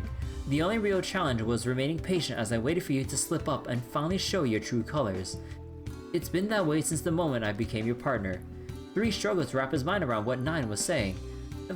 The fact is, you did attempt to betray the organization, but even if you hadn't, I would have falsified whatever I needed to ensure your demise. What the fuck? So even if he played it clean, like, would have just fabricated evidence to fuck him over. Okay. She continued to speak, leaving nothing unsaid, despite the Overseer's presence. With each word, Three felt more and more baffled. He could understand her observing him to the degree that their job required, but where was this malice or malicious hatred of hers coming from? She felt this way from the start. Why? The Overseer, who had been silent for some time, let out a low, derisive laugh. I take it you still haven't figured it out. Who she is, I mean. Three could not for the life of him figure out what this was supposed to mean. He looked over at Nine, searching for some sort of clue. All he was met with, however, was a glare of pure hatred, one that made him shudder in fear. He had never seen her look that way before. Do you remember Ace of Swords, your former partner? Oh. She began, before her voice gained the measured deadly weight to it. The one you murdered. He was my brother. Oh. Well, shit. Three's world began spinning. He started to feel violently ill. His senses dulled. His mind went blank. It became hard to breathe. As though he was being pulled to the bottom of the sea. The air crushed out of his lungs by its unrelenting pressure. Now, after all this time, I can finally avenge his murder. Three barely heard Nine's words as his head swam with thoughts. Ace was Nine's brother? She had known everything from the start. She'd been biding her time, hiding her true intentions from the start, always keeping a watchful eye for a suitable opportunity to arise, an opportunity to claim her vengeance. Three stood there dumbfounded, as though he had lost the ability to speak entirely. I see no need for you to sputter through an excuse, the Overseer said, reading the shock clearly written all across Three's face.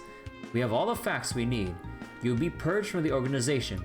As per our rules, your partner, Nine of Swords, will now end your life. Hearing the Overseer's words, Nine stepped forward. If you wish for assistance in this task, he said, turning to her, you will not be penalized. The reward will remain the same. The only condition is that you must be the one to deliver the final blow. Once you have eliminated him, your obligations will be cleared. Though I admit the idea of losing such talent pains me. The reward, the right to one's freedom, gained by uncovering and then executing a partner who had betrayed the organization. The yearning for this freedom had dominated Three's existence for years, and now Nine would be the one to gain it, in exchange for his life. Allow me the honor of doing it alone, she responded. I will avenge my brother's death with my own hands. She took another step forward, producing a number of poison needles from inside her bear. Without a moment's hesitation, she launched him at Three. He instinctively drew his sword and battered the needles out of the air. The combat tactics that had been drilled into him dictated he close the distance between them, yet he didn't so much as take a single step. His parry was purely reflexive, programmed into his mind through years of combat. He had no intention of truly fighting back. Perhaps it was partially because he didn't want to hurt her. More than anything, however, it was because he knew there was no point in resisting. Even if he did manage to best Nine, he would need to take on the Emperor afterward, and he knew that was a battle he had no chance of winning. Three simply accepted his fate to die there and then. There was nothing he could do to change it. Nine pulled out roughly twice as many needles as before and launched them at her former partner. In response, he automatically drew his short sword and used both blades to swiftly deflect them. In 3's mind, the thought slowly began to sink in. This was his retribution for killing Ace. 9 leapt at him, closing the distance, and began attacking him with an even greater intensity. Someone like me, 3 thought. Someone who slaughters a friend to preserve his own life doesn't deserve freedom.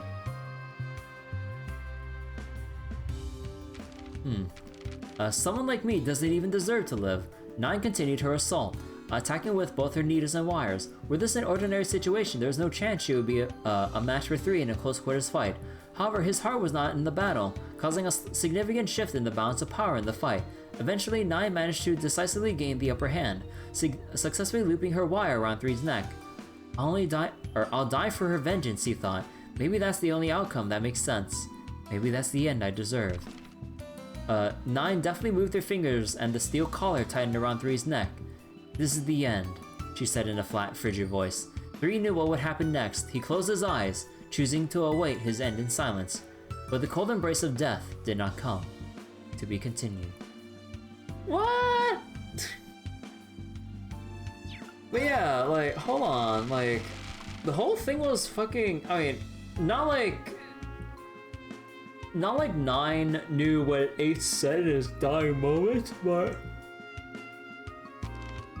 yeah, like 3 and Ace have been hunted down to like the ends of the earth essentially, and Ace just desperately just try to kill him just to like, nah, fuck this, I need you dead so I can be free kind of deal. But 9 doesn't know that, and she only knows you killed my brother. Actually, wait, let me read that? Hold on.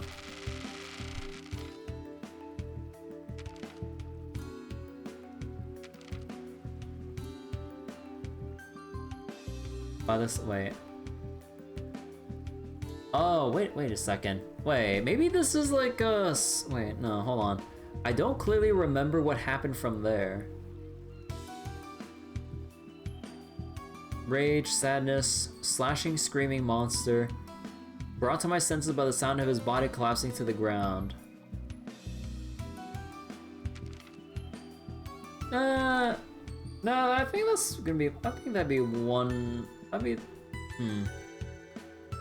that'd be kind of an ass pull though, to kind of like,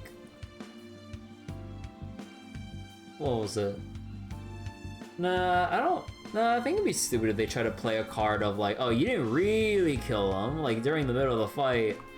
Like, oh, someone else sniped the kill or some shit, and then he realized, or when he saw the Ace on the ground, he's like, oh my god, I did kill him or something once like all the adrenaline wore off or some shit. I don't know, man. Cause like, for what other reason would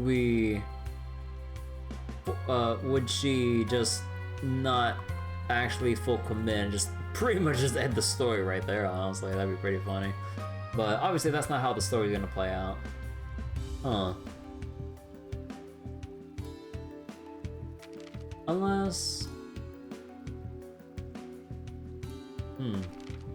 Yeah, I don't know like what's really speculating on the kill just not happening. Was it really? No, there's no way it'd be a ruse to like try to like. Well, I mean, sure, have to be some sort of ruse. I don't freaking know, man. I'm not good at speculating or theorizing what's gonna happen next on a little cliffhanger for our next chapter. All right, though. Good reading, though. I know that a good part of the session tonight was just me kind of taking a little bit too much time rambling over like what I've been grinding off stream, and then like a little bit on who to bring in. But I mean, technically we are kind of locked in with everyone else here though, because we can't get out of Ordis right now to see if we can get some other dialogue. Again, the replayability is... okay, I wouldn't say it's the greatest for the Trails games, considering the length of each playthrough in general. Although we do have cutscene skip though. But in terms of the replayability and seeing other reactions, if you've brought like people to certain towns or locations or whatever, like it's always interesting seeing the amount of extra lines they put in for every character's interaction, like, you know, Jusis with Betty over in over at the inn, or potentially oh right, I didn't take a look at the conscription office, although from the looks of it, you know, they kind of remove the actual entrance itself. Maybe I'll cover that later. But yeah, what I'm getting at now is, though, I think I'm gonna stop Cold Steel 4 for tonight. We got a good amount of reading in and everything. And yeah, I'm still kind of bummed out that actually no, wait, didn't I go over this in some earlier part? But yeah, I hope we can go back to South Sutherland to get the scan in, because oh my god, it's bothering me so much actually. But I'm kind of thinking that we might not be able to. Anything else I missed by any chance?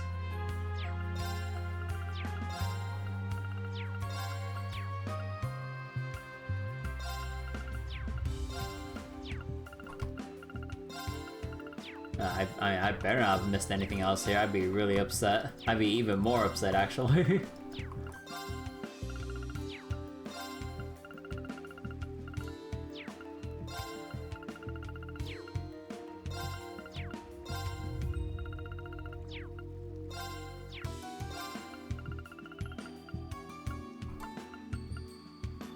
Oh, wait, I just noticed this. All the golden palms. They each go up by 11 levels each. 55, 66, 77, 88. Oh, what the heck? And again, I'm really pissed that they don't give you any XP.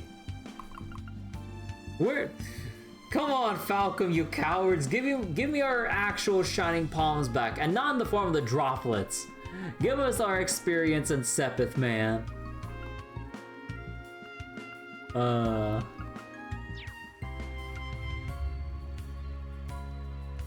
Okay though, but yeah, we'll get back to dialogue exhaustion in the next Cold Steel session though. Gonna make a save on this one, and we'll continue another time.